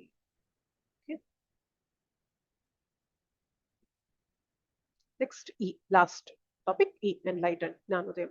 నిజమైన భోక్త ఎవరు ఇక్కడ మనకి చెప్తున్నారనమాట. జీవాత్మ లక్షణాల గురించి చెప్తూ ఇందాక మనం చర్చించుకున్న కొన్ని అంశాలు మళ్ళీ. ఆది లేనిది ఉనికి కోసం కఠినమైన పోరాటం చేస్తూ ఉంటుంది అనమాట. ఎప్పుడు కూడా జీవాత్మ ఏం చేస్తూ ఉంటుందంటే భౌతిక ప్రకృతి ద్వారా ఆనందించాలనుకుంటుంది కాబట్టే దీనికి ఎప్పుడు కూడా ప్రాబ్లమ్స్ అనేవి ఉంటాయి. సో ఈ భౌతిక ప్రకృతిని నేను ఏదో చేసి నేను ఆనందించాలి అని జీవాత్మ ప్రయత్నం చేస్తూ ఉంటుంది అనమాట. కానీ ఎప్పుడైతే నిజమైన జ్ఞానం తెలుసుకుంటామో భౌతిక ప్రకృతిలో ఇక్కడ ఆనందం లేదు, ఇది దుఃఖాలయం అని భగవంతుడు చెప్పారు. నేను ఇటువైపు కాకుండా నా ఆనందాన్ని వెతికే ప్రయత్నాన్ని భగవంతుని వైపు మళ్లించాను అంటే అక్కడ నాకు నిజమైన ఆనందం దొరుకుతుంది అని తెలుసుకోవడం అనేదే భక్తి మనకి నడిపించే మార్గం అన్నమాట. ఓకే, సో భౌతిక ప్రకృతి అనేది నిస్పృహ కలిగి ఉంటుంది. కోరికల ఆధారంగా 84 లక్షల జీవరాశులు అనేది ఈ ఆత్మ వెళ్తూ ఉంది. గత క్లాసెస్ లో కూడా మనం చర్చించుకున్నాం. 84 లక్షల జీవరాశుల్లో ఏదో ఒక జీవరాశిలోకి ఆత్మ అనేది వెళ్తూ ఉంటుంది, ఆ శరీరం దాలుస్తూ ఉంటుంది అనమాట. సో ఇక్కడ ఉన్నాయి కదా బొమ్మలు. సో కొన్ని నీటిలో ఉండే జంతువులు, ఈ ఏమంటారు మొక్కలు ఇవి ఉంటాయి కదా, అవి పశుపక్షాదులు, పాకేవి, ఎగిరేవి జంతువులు, ఇవన్నీ మనుషులు, మానవ జాతి, వీళ్ళన్నిట్లో కూడా ఆత్మ అనేది సంచరిస్తూ ఉంటుంది అనమాట. సో భౌతిక ప్రకృతి యందు త్రిగుణములను అనుభవించుచు జీవుడు ఈ విధముగా జీవనము సాగించును. అందుకనే మానవ జన్మ అనేది చాలా ఉత్తమమైనది డియర్ డివోటీస్. మళ్ళీ మళ్ళీ చెప్పుకుంటున్నాం మనం ఈ విషయము, గుర్తుపెట్టుకోండి. ఎన్నో తిరిగి వచ్చాం. మన చుట్టూ ఒక దోమ వెళ్ళింది అనుకోండి, గుర్తుపెట్టుకోవాలి, ఎన్ని జన్మలు నేను ఇట్లా దోమ శరీరంలో తిరిగాను. చీమ వెళ్తున్నా గానీ ఎన్ని జన్మలు ఇలా నేను చీమ శరీరంలో తిరిగాను. సో అట్లా ఏ జీవిని చూస్తున్నా గానీ మనం అట్లాంటివి ఎన్నో దాటి ఇక్కడికి వచ్చాం మనము. అంటే మన చైతన్యం ఎంతో పైకి ఎదిగింది. ఇంత ఎదిగా కూడా ఇంకా నేను ఆహారం దగ్గర, నిద్ర దగ్గర, భయం దగ్గర, మైథునం దగ్గరే ఆగిపోతాను అంటే అది మూర్ఖపు ఆలోచన. మనకి ఇంత జ్ఞానం, ఇంత వివేకం ఇచ్చింది భగవంతుడు ఉన్నతమైన దాన్ని తెలుసుకోవడానికి. అసలు నేను ఎందుకు ఇలా చిక్కుకున్నాను, నేను ఈ అల్టిమేట్ ప్రాబ్లమ్స్ నుండి బయటికి ఎలా రావాలి, జన్మ అనేది తీసుకోకుండా నేను ఎలా ఉండాలి, ఈ ఒక్కసారి ఈ మృత్యు అనేది పొందిన తర్వాత మళ్ళీ మృత్యు అనే కాన్సెప్ట్కి వెళ్లకుండా నేను ఎలా ప్రయత్నం చేయాలి. సో వృద్ధాప్యము, వ్యాధులు అనేవి ఇంత కఠినంగా ఉన్నాయి.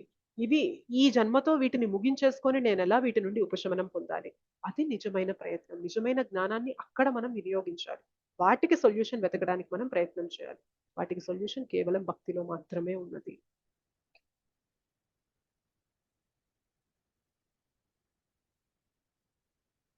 భౌతిక ప్రకృతి యొక్క లక్షణాలు ఏంటి అంటే ఇది మొదలు లేనిది. ఇది కూడా ఎప్పుడు ఆరంభమైంది మనం చెప్పలేం. సో తాత్కాలిక అవ్యక్తీకరణ, ఇది ఇంతకు ముందు క్లాసెస్ లో చర్చించుకున్నాం. బ్రహ్మదేవుని రాత్రి వచ్చినప్పుడు మనకి ప్రళయం వస్తుంది, బ్రహ్మదేవుని వ్యవధి అయిపోయాక మళ్ళీ ప్రళయం వస్తుంది, పగలు మళ్ళీ వ్యక్తీకరణ, పగలు మళ్ళీ సృష్టి జరుగుతుంది. ఇదంతా చర్చించుకున్నాం. రూపాంతరం చెందుతూ ఉంటుంది, మార్పులు అనేవి జరుగుతూ ఉంటాయి. ఇక్కడ జీవాత్మకు నివాస గృహాలను అందిస్తుంది. జీవాత్మకు నివాస గృహాలు అంటే ఏంటి తెలుసా? జీవాత్మకి శరీరాలని అందిస్తూ ఉంటుంది. భౌతిక ప్రకృతే కదా ఇస్తుంది. ఈ శరీరం ప్రకృతితోనే తయారు చేయబడింది కదా. సో జీవాత్మ, ఆత్మకి శరీరం అనేది ఈ ప్రకృతి ఇస్తుంది. దేని వల్ల ఇస్తుంది? ఆ జీవాత్మ చేసుకున్న కర్మ అనుసారం ఇస్తుంది. ఆ జీవాత్మ మంచి కర్మలు చేసుకుంటే మానవ జన్మ వస్తుంది. ఆ మానవ జన్మ పొందాక మళ్ళీ ఇంకో జన్మ తీసుకోకుండా వెళ్లాల్సిన బాధ్యత మానవ జన్మకు ఉంది. చెడు కర్మలు చేసుకున్నాం అనుకోండి, అధోగతి పాలు అవుతూ ఉంటాం అనమాట. ఏ పురుగుగానో, పాముగానో, చీమగానో, దోమగానో, లేకపోతే మన చెట్లగానో, ఇట్లాంటి వాటిల్లా మనం జన్మ తీసుకోవాల్సి ఉంటుంది. ఓకే, త్రిగుణముల ద్వారా జీవాత్మను నియంత్రిస్తూ ఉంటుంది. భౌతిక ప్రకృతికి ఉండే లక్షణం ఏంటి అంటే త్రిగుణములు. రేపటి అధ్యాయం అంతా దీని గురించే ఉంటుంది. వాటి ద్వారా జీవాత్మని నియంత్రిస్తూ ఉంటుంది అనమాట, కంట్రోల్ చేస్తూ ఉంటుంది భౌతిక ప్రకృతి అనేది. పరమాత్మ లక్షణాలు ఏంటి అంటే సర్వోత్కృష్ట భోక్త. నిజమైన ఎంజాయర్ భోక్త ఎవరు అంటే ఆయనే పురుషుడు, యజమాని. ఈయన అన్నిటికీ యజమాని, సాక్షి. ఇందాక అనుకున్నాం కదా, ఆత్మతో పాటు పరమాత్మ సాక్షిగా ఉంటారు, అనుమతించువాడు. ఇంతకుముందు మనం 3 డూవర్స్ గురించి చర్చించుకున్నాం, మీకు గుర్తున్నట్లయితే. స్టెప్ STEP 5వ అధ్యాయంలో stay in the world 3 doers అని చర్చించుకున్నప్పుడు ఆత్మ కోరికలు కోరితే పరమాత్మ అనుమతిస్తారు. ఆ కోరికల్ని భౌతిక ప్రకృతి తీరుస్తుంది ఆత్మ కోసం. పరమాత్మ అనుమతి ఇచ్చినప్పుడు భౌతిక ప్రకృతి ద్వారా ఆ కోరికలు అనేవి తీర్చబడతాయని చర్చించుకున్నాం. గుర్తుందా ఆ విషయం? గుర్తున్నాయా, మర్చిపోతున్నారా ముందు అధ్యాయాలు? Good good. ఓకే, సో ఆత్మ కోరికల్ని కోరుతూ ఉంటుంది. ఎటువంటి కోరికలైతే మనం కోరుతూ ఉంటామో దానికి తగ్గ స్వభావం అనేది మనము డెవలప్ చేసుకుంటూ ఉంటాం అనమాట. ఓకే, సో మనం ఏ స్వభావంలో ఉంటామో మనం వచ్చే జన్మలో శరీరం అనేది అటువంటి శరీరం మనము అట్రాక్ట్ చేస్తూ ఉంటాం అనమాట. సో మనం భగవంతుని పరంగా కోరికలు కోరుతూ ఉంటే స్వభావం అనేది మనకి భక్తియుతమైన స్వభావం అనేది ఉంటుంది కాబట్టి మళ్ళీ శరీరం తీసుకోవాల్సిన అవసరం లేని స్థితికి వెళ్తాం. ఒకవేళ లేదు, ఇంకా కంప్లీట్ అవ్వలేదు, మనలో ఇంకా ఆ ప్యూరిఫికేషన్ రాలేదు అంటే ఈసారి శరీరం కూడా మానవ జన్మే దొరికి భక్తుల కుటుంబంలో వచ్చి భక్తి కంటిన్యూ చేసేలాంటి మనకి ఆ సదుపాయం అనేది ఉంటుంది.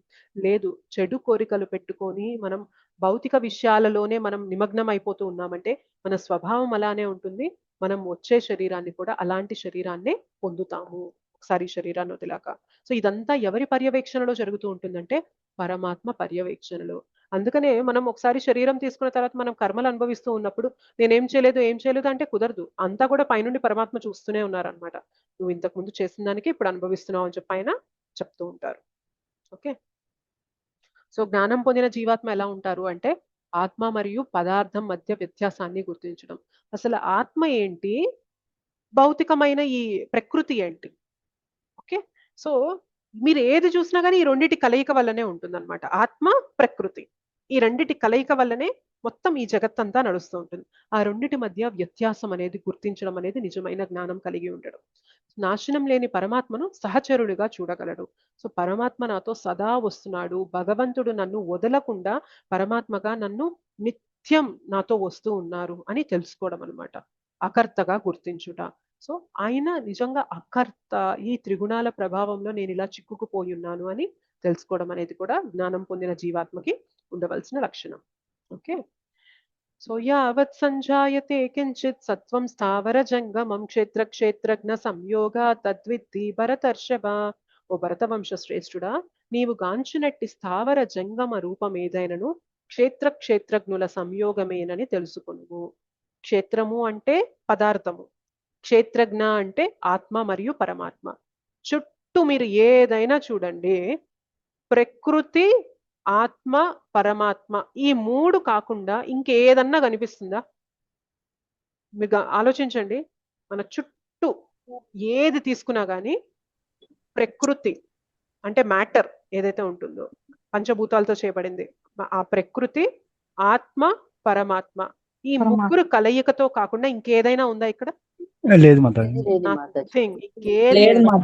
ఏది తీసుకున్నా గానీ మొత్తం కూడా ఈ మూడిటి కలయిక వల్లనే. సో స్థావరమైందైతే మాత్రం పదార్థంతో ఉంటుంది, పరమాత్మ ఉంటారు అనువనువున. అయితే కదలికలు ఉన్నదైతే మాత్రం పదార్థము, ఆత్మ, పరమాత్మ ముగ్గురు ఉంటారు అక్కడ. ఓకే, సో ఇది తప్ప ఇంకేమీ లేదు అర్జున అని చెప్తున్నారు అనమాట.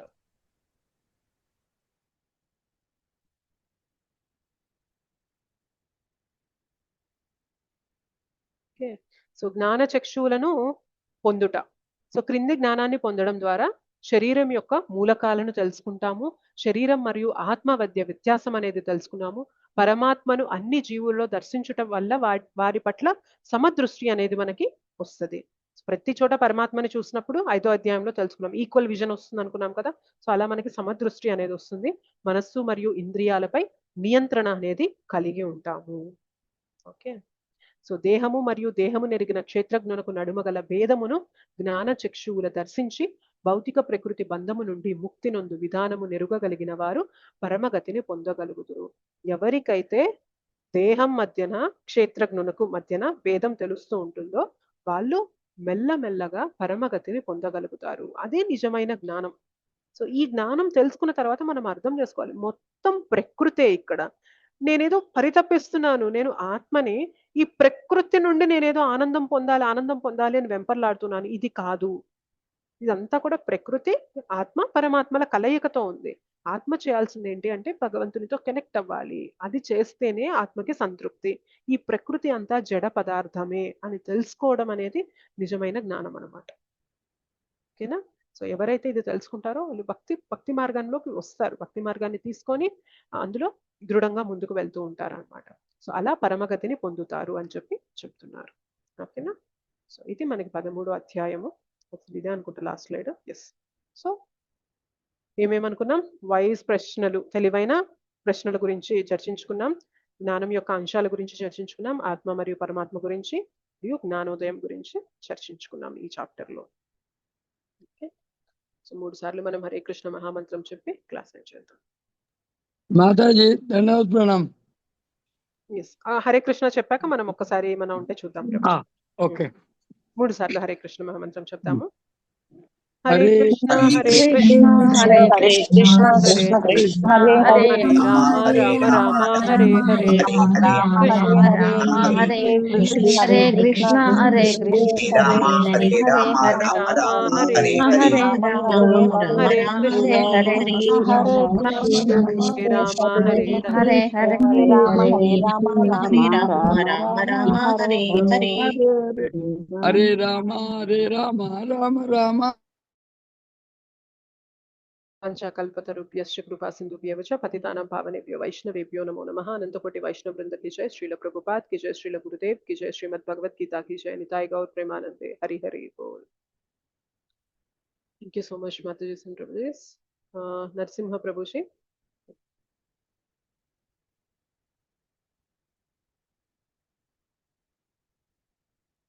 అడగండి ప్రభుజీ. హరే కృష్ణ దండవత్ మాతాజీ.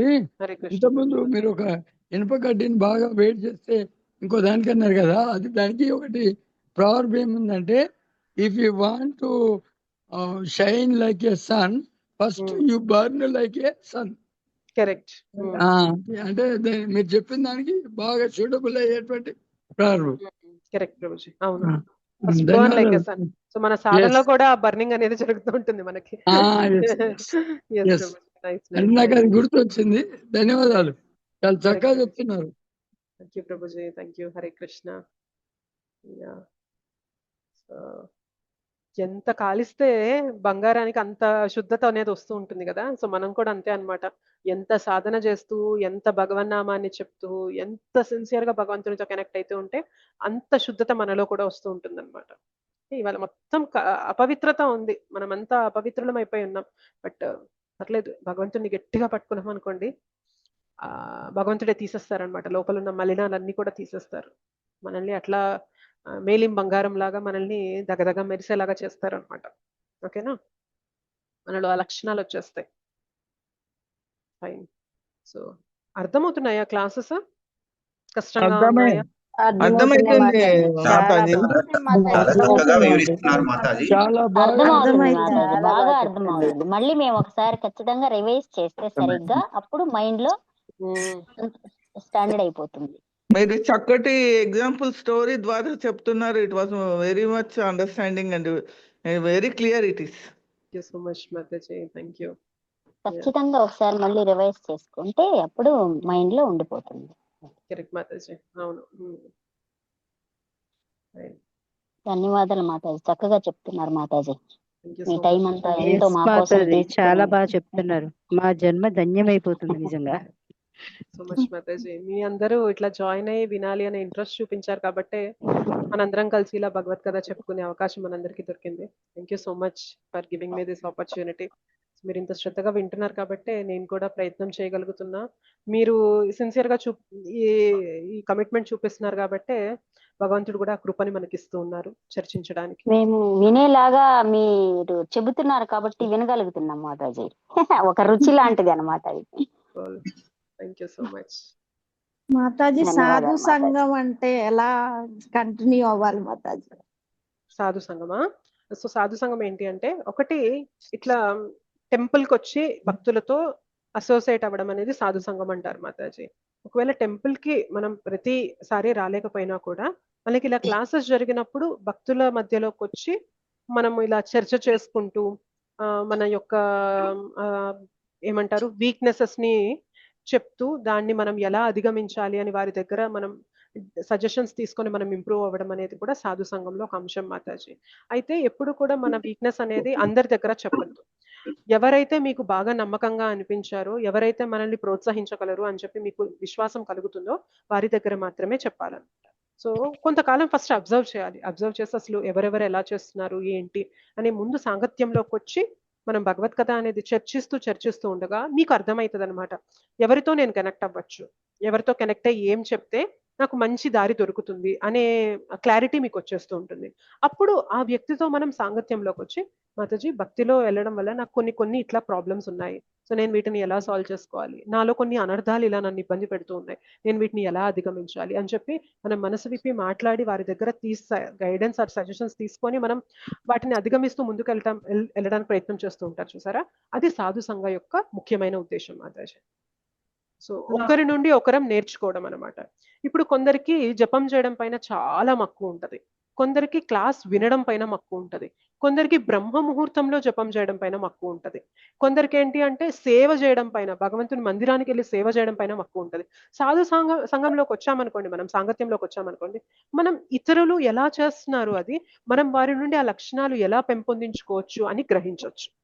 సో ఇటు వీళ్ళు కూడా అంతే అన్నమాట, మనం ఏదైతే చేయగలుగుతున్నామో మన నుండి వాళ్ళు ఏ లక్షణాలు అయితే పెంపొందించుకోవచ్చో అది గ్రహించవచ్చు అన్నమాట.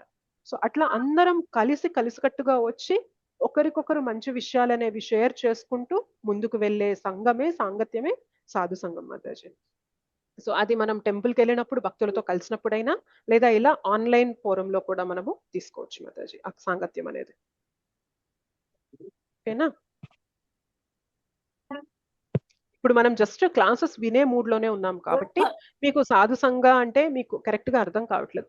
ఒకసారి క్లాసెస్ అయిపోయిన తర్వాత మధ్య మధ్యలో మీట్ అవుతూ మనము మాతాజీ ఎట్లా చేస్తున్నారు మీరు, ఇట్లా అవుతుంది అట్లా అవుతుంది అని మనం మాట్లాడుకుంటూ, సో మనం భౌతిక విషయాలు కాకుండా ఆధ్యాత్మికంగా ఎలా ముందుకు వెళ్ళాలి, ఎలా ఎదగాలి, మనకున్న ఛాలెంజెస్ ని ఎలా ఓవర్కమ్ చేయాలి అనే విధంగా మనం గైడెన్స్ అనేది తోటి భక్తుల నుండి మనం తీసుకుంటూ మనం ఎదుగుతున్నాం అనుకోండి, అది నిజమైన సాధు సంఘం యొక్క అర్థం మాతాజీ.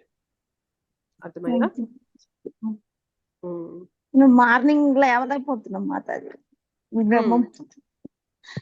మీరు రోజు ఎన్నింటికి లేస్తారో దానికి ఒక్క 15-20 నిమిషాలు ముందు లేవండి మాతాజీ. అంటే సడన్ గా షిఫ్ట్ అనేది మన బాడీ తట్టుకోలేదు మాతాజీ. ఇప్పుడు మనకి 6-6:30కి లేచే అలవాటు ఉందనుకోండి, సడన్ గా నేను 4ంటికి లేస్తానంటే 2-2.5 గంటల నిద్ర తగ్గితే శరీరం తట్టుకోలేదు. 2 రోజులు 3 రోజులు లేస్తుంది కానీ తర్వాత ఏమైతుంది అంటే ఇంకా నా వల్ల కాదు ఇది అని చెప్పి మనం గివప్ చేసేస్తాం అనమాట. అలా కాకుండా 6:30కి లేచే మీరు 6:15కి అట్లా లేవడం మొదలు పెట్టండి. 15 నిమిషాలు తగ్గింది అనుకోండి బాడీ అడ్జస్ట్ అవుతుంది. ఓకే పెద్ద ఎక్కువ నేను ఆపలేదు కదా, 15 నిమిషాలు అంటే ఆ మాత్రం తట్టుకోవాలి అని మనకే అనిపిస్తుంది. సో అలా మీరు ఒక 20 days ఒక 1 month కంటిన్యూ చేశాక 6కి రండి. సో అట్లా కొంతకాలం చేశాక 5:45కి రండి. సో మనకి ఎప్పుడు కూడా కష్టం అనేది తెలియకుండా మెల్లమెల్లగా తీసుకోవాలి, అప్పుడు దాన్ని ఎక్కువ కాలం సస్టైన్ చేయగలుగుతాం. సో పొద్దున లేవాలి అంటే చాలా విషయాలు మనం కన్సిడర్ చేయాలి మాతాజీ. నైట్ త్వరగా పడుకోవాలి, నైట్ త్వరగా ఫోన్ చేసేయాలి, మనం ఏదైతే నైట్ డిన్నర్ తీసుకుంటామో అది చాలా తొందరగా తినేసేయాలి. పెందలాడి తింటే ఏమైతుంది అంటే మనం పడుకునే లోపు అది డైజెస్ట్ అయిపోయింది అంటే పడుకున్న తర్వాత ఇంకా బాడీ తొందరగా రెస్ట్ లోకి వెళ్ళిపోతుంది. సో పడుకున్న వెంటనే బాడీ రెస్ట్ లోకి వెళ్ళిపోయింది అంటే మళ్ళీ 4-4:30 కల్లా లేవగలిగినా కూడా మనకి అలసిన ఫీలింగ్ అనేది ఉండదు. బట్ ఎప్పుడైతే మనం కొంచెం నైట్ లేట్ గా పడుకుంటూ లేట్ గా ఆహారం తింటూ ఈ లైఫ్ స్టైల్లో ఉన్నామో మార్నింగ్ లేవడం అనేది కష్టతరంగానే ఉంటుంది, చాలా కష్టం అది. మనకి మినిమం ఒక్కొక్కరి శరీరం ప్రకారం మినిమం 6 hours కావాలి, కొందరి శరీరం ప్రకారం అయితే 7 hours నిద్ర కావాలి. మరి 7 hours నిద్ర అంటే యూజువల్ గా ఏమంటారు తెలుసా, 9 నుంచి 12 వరకు మనం పోయే నిద్ర 6 గంటలతో సమానం అంటారు. 9 నుంచి 12 మనకి 3 hours కదా, కానీ ఈ టైంలో మనం నిద్రపోగలిగితే 6 గంటల నిద్ర మన శరీరానికి వచ్చినట్లు అంటారు. 12 నుంచి 3 వరకు మనకి 3 గంటలు ఉంది కదా, ఆ సమయం పడుకున్నప్పుడు 3 గంటల నిద్ర వచ్చినట్లు. అంటే మనం ఒకవేళ 9కి పడుకొని 3ంటికి లేచే అలవాటుని మెల్లమెల్లగా బిల్డ్ చేసుకుంటూ వచ్చామనుకోండి, మన శరీరానికి 6+3 9 hours స్లీప్ రెస్ట్ దొరికినట్లు. సో అది చెప్తారు మాతాజీ. బట్ ఎంతమంది 9కి పడుకుంటున్నాం, మన క్లాస్ అయ్యేసరికి 9:30. నేను వీలైనంత కట్ షార్ట్ చేయడానికి ట్రై చేస్తున్నాను, బట్ స్టిల్ మన క్లాస్ అయ్యేసరికి లేట్ అయిపోతుంది. అట్లీస్ట్ 10కైనా పడుకోవడానికి ప్రయత్నం చేయండి. 10 to 12 మనకి 4 hours స్లీప్, మళ్ళీ తర్వాత 12 to 3 hours స్లీప్, 4+3 7. మీరు ఆ తర్వాత 5కి కానీ అలా లేచే రోజులు ఎప్పుడో పోయినాయి మాతాజీ. అంటే అర్థం కాల అంటే ఆ పడుకునే టైం అసలు రావట్లేదు. 10కి పడుకునే టైం అంటారా?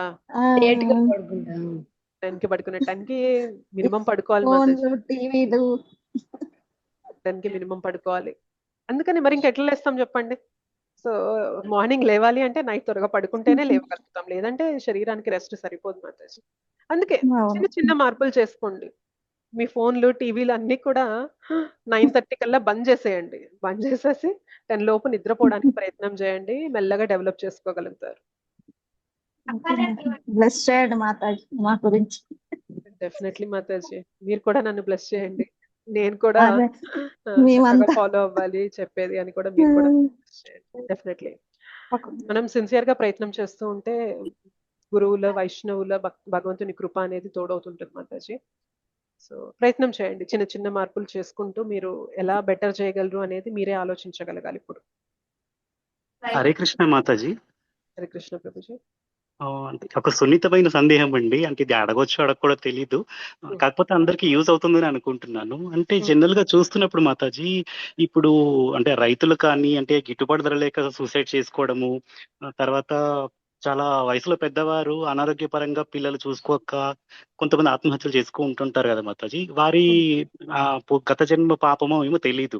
మరి వాళ్ళ తదుపరి జన్మలు ఎలా ఉంటాయి మాతాజీ? అంటే ఇప్పుడు వాళ్ళకి హెల్ప్లెస్ పీపుల్ కదా మాతాజీ, వాళ్ళకి ఇంకేం తెలీదు, ఏం చేయాలో తెలీదు, చూసుకునే వాళ్ళు ఉండరు. అలాంటి వాళ్ళని చూస్తున్నప్పుడు, అలాంటి న్యూస్ వింటున్నప్పుడు బాధ అనిపిస్తుందండి. సో వాళ్ళ తదుపరి జన్మలు వాళ్ళ గతులు ఎలా ఉంటాయి మాతాజీ? అంటే భగవద్గీత భాగవత పరంగా చెప్పగలరా అని దీన్ని 2 కోణాల్లో చూడాలి ప్రభుజీ. ఫస్ట్ ప్రాబ్లం గురించి మాట్లాడాలి, వాళ్ళు చేసిన పనికి వాళ్ళు ఏం అనుభవిస్తారు అనేది కూడా మాట్లాడాలి. ఫస్ట్ ఒక్కరికి అట్లాంటి స్థితి ఎందుకు వస్తుంది అంటే మనలో ఉన్న లోభం వల్ల ఒక వ్యక్తి అంత బాధపడాల్సి వస్తుంది. ఎప్పుడైతే మనలో అత్యాస అనేది లేకుండా మనకి భగవంతుడు ఇచ్చిన దాంతో తృప్తిగా ఉందాము అనే చైతన్యం అనేది ప్రతి ఒక్కరిలో డెవలప్ అయిపోయింది అనుకోండి, ఇలా ఆకలి చావులు కానీ లేకపోతే ఇలా నేను పెట్టుబడి పెట్టాను నాకు తిరిగి రాలేదు అనే ఇదిలో చాలా తగ్గిపోతాయి ప్రభుజీ. ఎందుకంటే మనం ఇవాళ అత్యాశలో ఉన్నాం. ఇప్పుడు ఒక బియ్యపు బస్తా రోడ్డు మీద పడేసింది అనుకోండి, ఒక పావురమో ఒక ఏదో పక్షి వచ్చి 4 గింజలు నోట్లో పెట్టుకొని వెళ్తుంది, 4 గింజలు వాళ్ళ పిల్లలకి తీసుకెళ్తుంది, అంతే. ఆ బస్తా అక్కడే ఉంటది. ఒక కుక్క వచ్చింది అనుకోండి, దానికి ఎంత కావాలో అది తినెళ్తుంది. కానీ ఒక మనిషి వచ్చాడు అనుకోండి, బస్తా మొత్తాన్ని లాక్కొని వెళ్ళిపోతాడు అనమాట. సో ఇవాళ మన జీవితం ఎట్లా ఉంది అంటే మొత్తం నాకు కావాలి, నేనే మొత్తం అనుభవించాలి, అంతా నా దగ్గరే ఉండాలి, అంతా నా చేతుల్లో ఉండాలి అనే భావన మనిషిలో పెరిగిపోయింది. కాబట్టి ఇవాళ కొందరేమో ఎదిగే వాళ్ళు ఎదుగుతూనే ఉన్నారు, కింద ఉండే వాళ్ళు కిందకే ఉంటూ ఉన్నారు ప్రభుజీ.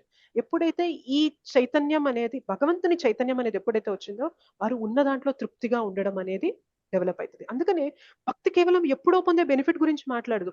భక్తి తీసుకుంటే ఇవాళ మనం ఎలా బెటర్ గా బ్రతకగలము, సమాజాన్ని ఎలా ఉద్ధరింపగలము, సమాజంలో మనమే కాదు ఇంకో 10 మంది కూడా కలిసి జీవించాలి అంటే మనం ఏ విధంగా ఈ సమాజంతో ఉండాలి అనే మినిమం సెన్స్ మనకు వస్తుంది. ఎందుకంటే పరమాత్మ చూస్తున్నారు నన్ను అక్కడ. సో నేను తప్పు చేయకూడదు, నేను ఈ అత్యాశకి వెళ్ళకూడదు, నేను ఈ లోభానికి వెళ్ళకూడదు, నాకు ఇచ్చిన దాంతో నేను తృప్తిగా ఉండాలి, నేను ధర్మంగా బ్రతకాలి, నేను మోసం చేయకూడదు, నేను అన్యాయం చేయకూడదు. ఓకే, ఒక వ్యక్తి వ్యాపారం చేసినప్పుడు లాభం తీసుకోవాలి, కానీ దౌర్జన్యంగా తీసుకోకూడదు. సో ఇవాళ ఇవన్నీ పెరిగిపోవడం వల్ల కింద ఉండే వాళ్ళు అలానే కింద ఉంటున్నారు, వారికి వచ్చే ప్రాబ్లమ్స్ ని వాళ్ళు తట్టుకోలేక అటువంటి స్థితిలోకి వెళ్ళిపోతున్నారు. సో దీనికి సొల్యూషన్ ఏంటి అంటే ప్రతి ఒక్కరికి కూడా ఈ జ్ఞానం అనేది అందింది అనుకోండి, భగవద్గీత జ్ఞానం అనేది, అందరూ ధార్మికంగా బ్రతకడం మొదలు పెడతారు. ధార్మికంగా బ్రతకడం మొదలు పెట్టినప్పుడు లోభానికి వెళ్ళరు. లోభానికి వెళ్ళనప్పుడు సమాజం సమతుల్యంగా ఉంటుంది. అంటే పైన వాళ్ళు బాగుంటారు, మధ్య తరగతి వాళ్ళు బాగుంటారు, కింద ఉన్న వాళ్ళు కూడా బాగుంటారు, అందరూ బాగుంటారు. ఓకే, ఇది ఒక సైడ్. ఇంకొక సైడ్ ఏంటి అంటే ఎప్పుడైనా కానీ ఆత్మహత్య అనేది చాలా నేరం ప్రభుజీ. ఆత్మహత్య అంటే ఏంటి అంటే మనకిచ్చిన ఇండిపెండెన్స్ తో మన శరీరాన్ని మనమే చంపుకోవడం అనేది చాలా పాపం అన్నమాట. సో అది తెలిసి చేసినా తెలియక చేసినా దానికి మనం అనుభవించాల్సింది అని శాస్త్రాలు చెప్తాయి ప్రభుజీ. సో ఆత్మహత్య అనేది ఎప్పుడు సజెస్టబుల్ కాదు. ఆత్మహత్య చేసుకోవడం అంటే దేన్ని మనం సూచిస్తున్నామంటే మళ్ళీ ఈ ఆత్మకి మనకి శరీరం అనేది దరిదాపుల్లో తొందరగా దొరకదు. సో ఆత్మకి శరీరం దొరకకుండా ఆత్మ నరక యాతన అనుభవిస్తూ ఉంటుంది అనమాట. అది చాలా దారుణమైన స్థితి. సో ఏ సమస్య వచ్చినా కానీ భగవంతుని పైన ఆధారపడి దాన్ని తీర్చుకోవడానికి ప్రయత్నం చేస్తూ ఉండాలి. ఒకటి సరే, ఇందాక అనుకున్న దాని ప్రకారం మీరు చెప్పిన ప్రాబ్లంకి సమాజంలో సమతుల్యత వచ్చిందనుకోండి, వీరి ప్రాబ్లమ్స్ తీరిపోతాయి. లేదు, ఇన్ జనరల్ గా ఆత్మహత్యల గురించి జనరిక్ గా మాట్లాడుకున్నాం. ఇప్పుడు మీరు చెప్పిన కేసు కాకుండా జనరిక్ గా కొంతమంది ఎగ్జామ్స్ లో ఫెయిల్ అయ్యామని ఆత్మహత్య చేసుకుంటూ ఉంటారు, లేకపోతే జీవితంలో జీవితంలో కొన్ని ఎక్స్పెక్టేషన్స్ పెట్టుకొని అవి తీరలేదు అని ఆత్మహత్యలు చేసుకుంటూ ఉంటాం. సో ఇవన్నీ కూడా తప్పు. భగవద్గీత చదివినప్పుడు తెలుసుకోవాలి ఏంటి అంటే, ఆత్మని మనకి ఉన్న స్వేచ్ఛా శక్తిని మనల్ని మనం చంపుకోవడానికి వాడుకునేంత స్థితిలోకి వెళ్ళిపోయామంటే భగవంతుడు మళ్ళీ ఈ ఆత్మకి శరీరాన్ని ఇవ్వరు. ఇవాళ నీకు శరీరాన్ని ఇస్తే నువ్వు చంపుకున్నావు కదా, మళ్ళీ నీకు తొందరగా నీకు శరీరాన్ని ఇవ్వను అని చెప్తారనమాట. చాలా నరకయాతన ఉంటుంది తెలుసా ఆత్మకి శరీరం దొరకకపోతే. ఎందుకంటే ఆత్మకి ఏదో ఒక యాక్టివిటీ చేస్తూ ఉండాలి. కోరికలు ఉంటాయి కదా, ఆ కోరికలతో ఇప్పటిదాకా గుర్తించుకుంది. సో శరీరం అనేది దొరికితే ఆ కోరికలు అనేవి తీర్చుకోవడం అనేది జరుగుతుంది. అవి తీర్చుకోలేని స్థితిలో వాళ్ళు చాలా దారుణమైన స్థితిలో ఉంటారనమాట. అది చాలా నరకయాతన అని చెప్పి అనుభవిస్తూ ఉంటారనమాట. చాలా పాపం అని కూడా అంటారు ఆత్మహత్య అని. ఓకే, ఏవో చిన్న చిన్న సమస్యలకి మన జీవితాన్ని మనం అంతం చేసుకోవడం అనేది తప్పు. చిన్న సమస్య అయినా పెద్ద సమస్య అయినా అసలు జీవితాన్ని అంతం చేసుకోకూడదు. మృత్యు అనేది న్యాచురల్ గా రావాలి. మన స్వేచ్ఛాశక్తితో మనల్ని మనం అంతం చేసుకోవడం అనేది శాస్త్రాల ప్రకారం పెద్ద నేరం అన్నమాట. ఓకే, ధన్యవాదాలు మాతాజీ. ఇంకొక పాయింట్, భగవద్గీత చదివినప్పుడు అర్థమవుతుంది. ఓకే, ఫినాన్షియల్ గా లాస్ వచ్చిందని ఆత్మహత్య చేసుకోవాలనుకుంటున్నాను, అసలు నేను ఈ శరీరం అయితే కదా ఫినాన్షియల్ గా లాస్ వచ్చిందని ఇంత బాధపడాలి. నేను ఆత్మని. ఓకే, ఫినాన్షియల్ గా లాస్ వచ్చింది, let me try some other way. ఇంకొక మార్గాన్ని చూద్దాం, ఇంకొక మార్గాన్ని ఏదన్నా చూసి వీలైనంత ఎంత వస్తే అంతలో బ్రతకడానికి ప్రయత్నం చేద్దాము అని జ్ఞానం తీసుకుని ఎంతో మంది తెలుసా ఆత్మహత్య చేసుకోవాలని అనుకునేవారు వారి జీవితంలో భగవద్గీత వచ్చాక ఆత్మహత్య నుండి ఆగిన వారు ఎంతో మంది ఉన్నారు. అంటే వారికి అర్థమైంది ఈ శరీరం నేను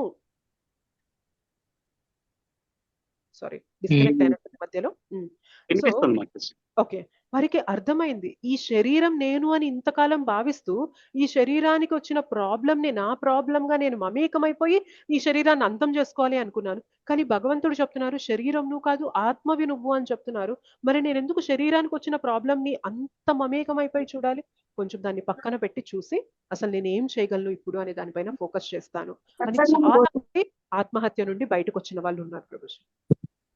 సో భక్తిని కరెక్ట్ గా ప్రచారం చేసినట్లయితే సగం సమస్యలు అనేవి పోతాయి, మిగిలిన సగం సమస్యలు ఆ భక్తి నుండి వచ్చిన జ్ఞానం ద్వారా తీర్చుకోగలుగుతాం అనమాట. భగవద్గీతకు అంత శక్తి ఉంది. మనకి తెలియక జీవితాన్ని మెస్ చేసేసుకుంటున్నాం, గందరగోళం చిందరవందర చేసేసుకుంటున్నాం. కానీ ఒకసారి ఇది చదివి దీన్ని అవలంబించడం మొదలు పెట్టాక అర్థమైతే ఇది లేక ఎంత మంది వారి జీవితాన్ని నాశనం చేసేసుకుంటున్నారే, అస్తవ్యస్తం చేసుకుంటున్నారే, దీన్ని ఎంత మందికి మనం పంచాలి, ఎంత మందికి జ్ఞానాన్ని ఇవ్వాలి అని చెప్పి మనకి తెలుస్తూ ఉంటుంది. ఓకేనా? అదే మాతాజీ, ఎక్కువ ఈ ఆర్థిక సమస్యలు, వృద్ధాప్యంలో అనారోగ్య సమస్యల వల్ల తను చాలించే వాళ్ళని చూసినప్పుడు ఈ ప్రశ్న చాలా వచ్చింది మాతాజీ. అందుకే ఇప్పుడు మిమ్మల్ని అడిగిన, చాలా చక్కగా చెప్పారండి. హరే కృష్ణ మాతాజీ, ధన్యవాదాలు. So much. హరే కృష్ణ మాతాజీ. ఆత్మ జీవాత్మ, మరి ప్రతి జీవికి ప్రతి ఆత్మకు జీవం ఉంటుంది కదా, మళ్ళీ ఆత్మ ఏంది జీవాత్మ ఏంది? ఆత్మ అన్న జీవాత్మ అన్న ఒకటే. మీకు పరమాత్మ గురించి చెప్తున్నానని పరమాత్మ జీవాత్మ అని వివరంగా చెప్తున్నా అంతే. ఆత్మ అన్న జీవాత్మ అన్న ఒకటే. అదే. అయితే ఇంకొకటి, పరమాత్మ సాక్షిభూతంగా ఉంటాడా? ప్రతి దేహంలో ఆత్మనే ఉంటాడు కదా, ఆత్మతో పాటు పరమాత్మ కూడా ఉంటారు సాక్షిభూతంగా.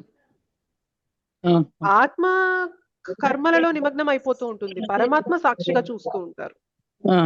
అంటే ఏ విధంగానైతే పిల్లి కళ్ళు మూసుకొని తాగితే ప్రపంచం చూసలేదు అన్నట్టుగా మానవుడు మనం కూడా అంతే.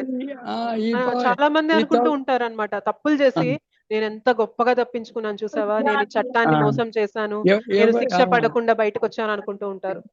ఇక్కడ తప్పించుకోవచ్చు కానీ పరమాత్మ నుండి ఎవ్వరం తప్పించుకోలేదు. అది సాక్షిభూతంగా ఉండడం అనేది.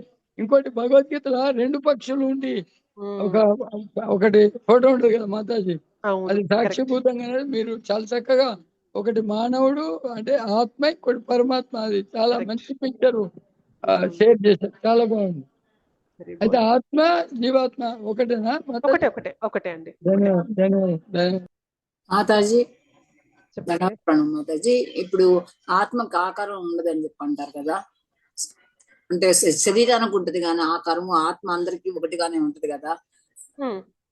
ఇప్పుడు ఆకారం లేదు అంటే నిన్న అనుకున్నాం కదా, భగవంతుని ధామానికి వెళ్ళిన తర్వాత ఆత్మకి తన ఆకారం వస్తుంది. ఆత్మ ఇవాళ ష్రింక్ అయిపోయి ఇలా కుంచుకుపోయి అంత చిన్నగా అయిపోయి ఈ శరీరంలో ఉంది. అందుకని అంత చిన్నగా అయిపోయింది కాబట్టి ఈ చిన్న చీమ శరీరంలో కూడా ఉంటుంది, ఇంత పెద్ద మనిషి శరీరంలో ఉంటుంది, అంత పెద్ద ఏనుగు శరీరంలో కూడా ఉంటుంది ఆత్మ. బట్ ఒక్కసారి మనం భక్తి చేసుకుని భగవద్ధామానికి వెళ్ళిపోయామనుకోండి, ఆత్మ తన నిజ స్థితికి, నిజ సైజ్కి వచ్చేస్తుంది.